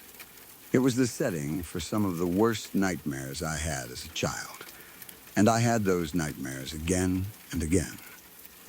They were not the kind of dreams that you have once and forget the next morning. These dreams came back. Sometimes the details changed slightly, but the feeling was always the same. Fear. A deep, overwhelming fear that something terrible was waiting for me. The strange part was that after having the dreams enough times, I started recognizing them while they were happening. I knew I was dreaming, or at least some part of me did. I would think, I know this. I know what happens next. But knowing did not help. I could not wake myself up. I could not change what was happening. I could not stop the dream. I was trapped inside it, forced to go through the same fear again. One of the nightmares was especially bad. In the dream, I would be somewhere inside the house. Everything would seem normal at first. I would be walking around doing ordinary things. But I was alone. No parents. No family. Nobody else in the house. Then, suddenly, I would become aware of something. It was approaching the time. That is the only way I can describe it. I did not know what time it actually was. There was no clock involved. Nobody announced it. But somehow, inside the dream, I knew. The time was coming. And when the time came, something bad was going to happen. I could feel it in my entire body. It was not like thinking something might happen. It was certainty, pure certainty. Something was coming. Something dangerous. Something I could not fight. And I had to hide. The basement door was located in the kitchen. So in the dream, as soon as I realized the time was getting close, I would rush into the kitchen and crawl underneath the kitchen table. That was my hiding place. I would squeeze myself underneath it and try to become as small as possible. Then I would wait. The house would be quiet, too quiet. I would stare at the basement door, and eventually it would open. Slowly, I never saw what was inside the basement. I only saw someone coming out. A man, or at least something shaped like a man. From where I was hiding underneath the table, I could only see his legs. That was all. I never saw his face. I never knew who he was. I never knew exactly what he was. But I knew he was dangerous. In the strange logic of nightmares, I understood that if he found me out in the open, he would do terrible things to me. I did not know what those things were. I did not need to know. The fear was enough. So I would stay under the table, silent, trying not to move, trying not to breathe too loudly, watching his legs as he entered the kitchen. And the worst part was not simply the fear that he might find me. The worst part was that I believed he already knew where I was. I was convinced he knew I was hiding beneath the table. He was not looking for me because he had lost me. He was pretending not to know. That was what made it so terrifying. In my mind, he enjoyed the game. He enjoyed knowing that I was hiding only a few feet away, terrified that he might see me. He enjoyed letting me believe I still had a chance. I would lie under that table, knowing that at any moment he might bend down and look directly at me. I would wait for his face to suddenly appear beneath the edge of the table. Sometimes the dream would end before that happened. Sometimes I would wake up simply from the fear becoming too much, but the feeling always stayed with me. Even after waking up, I would remember those legs coming out of the basement. I would remember the certainty that the man knew exactly where I was. And then, during the day, I would walk into the kitchen and see the real basement door. The same door from the dream. That made everything worse, because now the nightmare had a real location. I could stand in the kitchen and look at the door and remember exactly what it felt like to watch it open. I knew there was no mysterious man waiting down there. I knew it was only a basement, But fear does not always care about what you know. Another nightmare was even more direct. Sometimes it happened on its own. Other times I would be having a completely unrelated dream, something that had nothing to do with the basement, and suddenly the dream would shift. Without warning, I would find myself at the top of the basement stairs. Then I would begin walking down. The strange thing was that I always knew what was going to happen. From the very first step, I knew. When I reached the bottom, something was waiting for me. I did not know what it looked like. I did not know what it was. But I knew the moment my foot touched the basement floor, the lights would disappear, and something would grab me. I knew this while I was still at the top of the staircase. So naturally, you might think I would simply stop walking. I could turn around, I could run back upstairs, I could stay where I was, but I could not. My body kept moving. One step, then another, then another. I would be screaming at myself inside my own mind. Stop, do not go down there. Turn around, you know what happens. But my legs continued carrying me downward. Every step made the fear worse. I knew exactly how many stairs were left. 5, 4, 3, 2, 1. Then my foot would leave the final step. And the instant I touched the basement floor, everything went black. Not normal darkness, total darkness. The kind where you cannot see your own hand. Then something would grab me. I cannot explain the level of terror I felt in those dreams. It was not like watching a scary movie. It felt completely real. The darkness, the helplessness, the feeling of something reaching out from a place I could not see. Then I would wake up, usually terrified, sometimes sweating, sometimes with my heart pounding. The worst part was always that I had known what was coming and had been powerless to stop it. That feeling stayed with me even when I was awake. Whenever I had to walk down the actual basement stairs, I remembered the dream. I remembered that final step.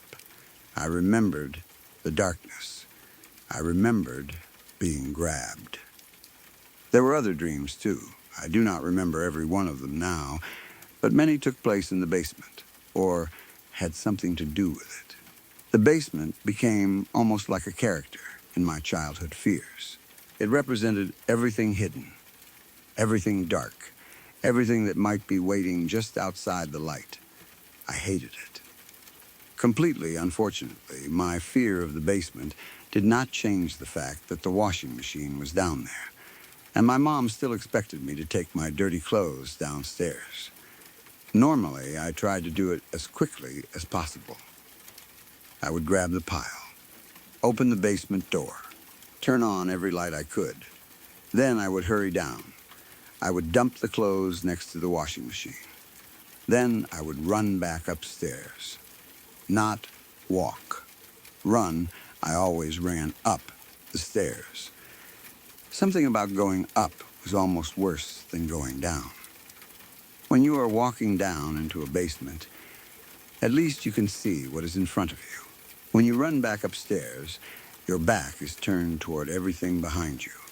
Every childhood fear says the same thing. Something is chasing you. You may not see it. But the faster you run, the more convinced you become that it is right behind you. So I always ran. I would race up those stairs and slam the door behind me. Once I was back in the kitchen, I could breathe again. One day, however, I had to take another load of dirty clothes downstairs. This time, I was home alone. Well, not completely alone. Our dog was there. That gave me an idea. I did not want to go into the basement by myself. So I decided to bring the dog with me. It made perfect sense. Dogs were brave. Dogs protected people. And even if my dog was not exactly a trained guard dog, having another living creature beside me made the basement feel less frightening. If there was a monster down there, at least I would not be facing it alone. So I gathered up my laundry. Then I called the dog. She came over happily. probably excited that we were doing something together. I opened the basement door. It was daytime. That helped a lot. Sunlight was coming through the doorway behind me as I started down the stairs. There were also small, narrow windows in the basement that allowed some daylight inside. The unfinished room did not look nearly as frightening in the middle of the day. The shadows were softer. I could see everything.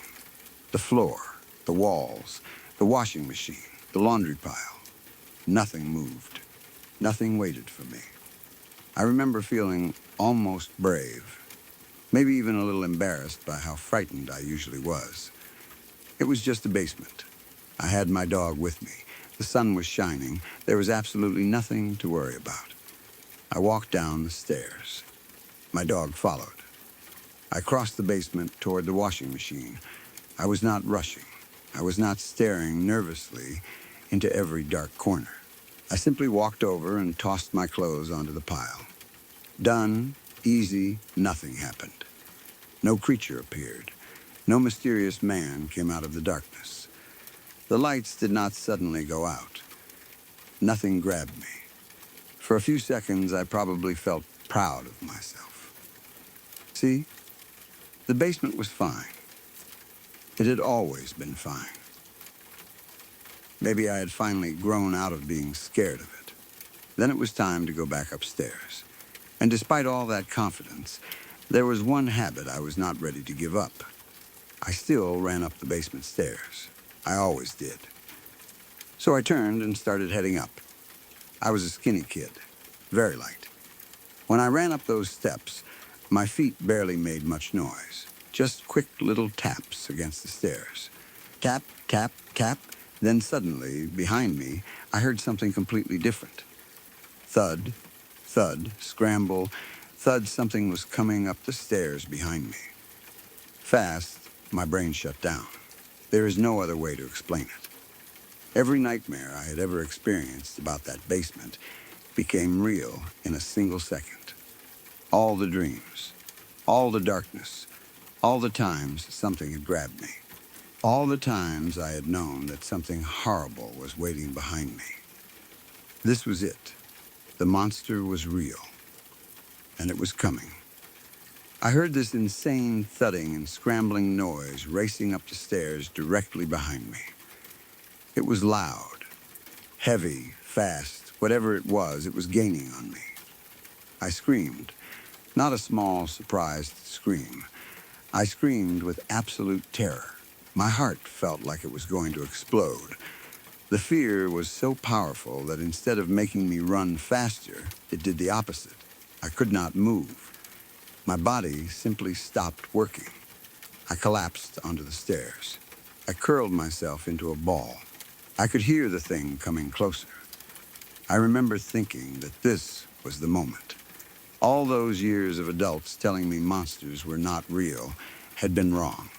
Every nightmare had been warning me. There really had been something in the basement. And now it had finally caught me. As a child, there are few feelings worse than discovering that the thing everyone promised did not exist is apparently running straight toward you. I had no plan. I could not fight. I could not escape. I could not even continue climbing the stairs. So I just curled up. I squeezed my eyes shut as tightly as I could. I waited. I truly believed I was about to die. I thought whatever had been hiding in the basement was going to reach me. Maybe it would grab me the way the creature did in my dreams. Maybe it would pull me back down the stairs. Maybe I would finally see what had been haunting me for all those years. I did not want to look. The thudding reached me. Something touched my face. And then I felt a tongue. My dog started licking me. She was completely excited, happy, tail probably wagging like crazy. From her point of view, nothing terrifying had happened. We had just invented the greatest game ever. Race you up the stairs. I opened my eyes. There she was. My dog. My brave protector. The monster from my childhood nightmares. Apparently, when I started running up the stairs, she decided I wanted to race. And because she was a dog running on stairs, her paws made much more noise than my small feet. The horrible thudding I heard behind me was simply her charging upward as fast as she could. The scrambling sound was her claws hitting the steps. She was not chasing me to kill me. She was chasing me because she thought we were playing. Meanwhile, I had completely collapsed from terror. I had curled into a ball and prepared myself for death, and she was probably wondering why I had suddenly stopped in the middle of such an exciting game. The relief was immediate. So was the embarrassment. I had never been so happy to be attacked by dog kisses in my life. Even now, I can remember exactly how terrifying those few seconds were. There was no time for logic. I did not think, maybe that's the dog. I did not stop and analyze the sound. My brain went directly from hearing footsteps behind me to accepting that every horrible thing I had ever imagined about that basement was real. That is what childhood fear can do. When you spend years having nightmares about a place, your mind builds an entire world around it. The unfinished walls are no longer just unfinished walls. They hide things. The darkness is not simply the absence of light. Something lives inside it. The stairs are not just stairs. They are the place where something chases you. And when you finally hear something running behind you, your imagination does not ask questions. It gives you the answer you have been expecting all along. Monster. Run. Except in my case, I did not even manage to run. I folded. Completely, I sometimes wonder what my dog thought about the whole situation. She probably had no idea why I screamed. 1 second, we were both heading upstairs. Then I suddenly ran. Naturally, she ran too. Maybe she thought I was inviting her to play. Then I screamed, collapsed, and curled up on the steps. And instead of understanding that she had nearly frightened me to death, she started licking my face. I imagine her thinking, "This is an amazing game. We should do this every day." I did not agree. But honestly, after that experience, something about the basement changed for me. I cannot say I suddenly stopped being afraid. I still did not like going down there. The nightmares had been too intense for too many years. Fear like that does not disappear instantly. But the experience taught me something. Sometimes the monster chasing you really is just your dog. Sometimes the horrible sound in the darkness has a completely normal explanation. And sometimes your own imagination is much more frightening than reality. That does not mean the fear was fake. In that moment, my terror was completely real. My heart was racing. My body stopped working. I honestly thought I was going to die. That experience showed me how powerful fear can be. There had never been a monster in that basement. There was no strange man waiting behind the door. There was nothing waiting in total darkness to grab me. Those things existed only in my dreams. But because I believed in them so deeply as a child, one ordinary sound was enough to bring all of them to life. The dog did not sound like a dog to me. She sounded like everything I had ever feared. The years of nightmares had trained my brain to expect something terrible from that basement. So when I heard heavy footsteps racing behind me, my mind immediately decided that the nightmare had finally crossed into the real world. I still remember those dreams sometimes, especially the one with the kitchen table, the basement door opening, the man's legs stepping into the room, the feeling that he knew I was hiding.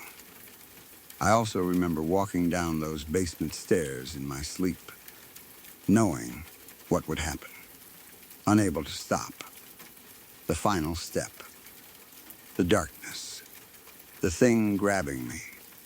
Those dreams terrified me for years. But when I think about the basement now, the memory that comes back most clearly is not one of those nightmares. It is the day I took my laundry downstairs with my dog, the sunlight coming through the narrow windows, the unfinished room looking strangely harmless, the casual way I threw my clothes onto the pile, the confidence I felt for about 30 seconds. Then the decision to run back upstairs. My quiet little footsteps. And suddenly, the thunderous sound of something charging after me. I remember the instant panic, the scream, falling onto the stairs, curling into a ball, closing my eyes, waiting for the monster I had feared my entire childhood to finally reach me. Then feeling something wet on my face, opening my eyes, and seeing my dog looking completely delighted with herself. She had won the race. I had almost died of fear.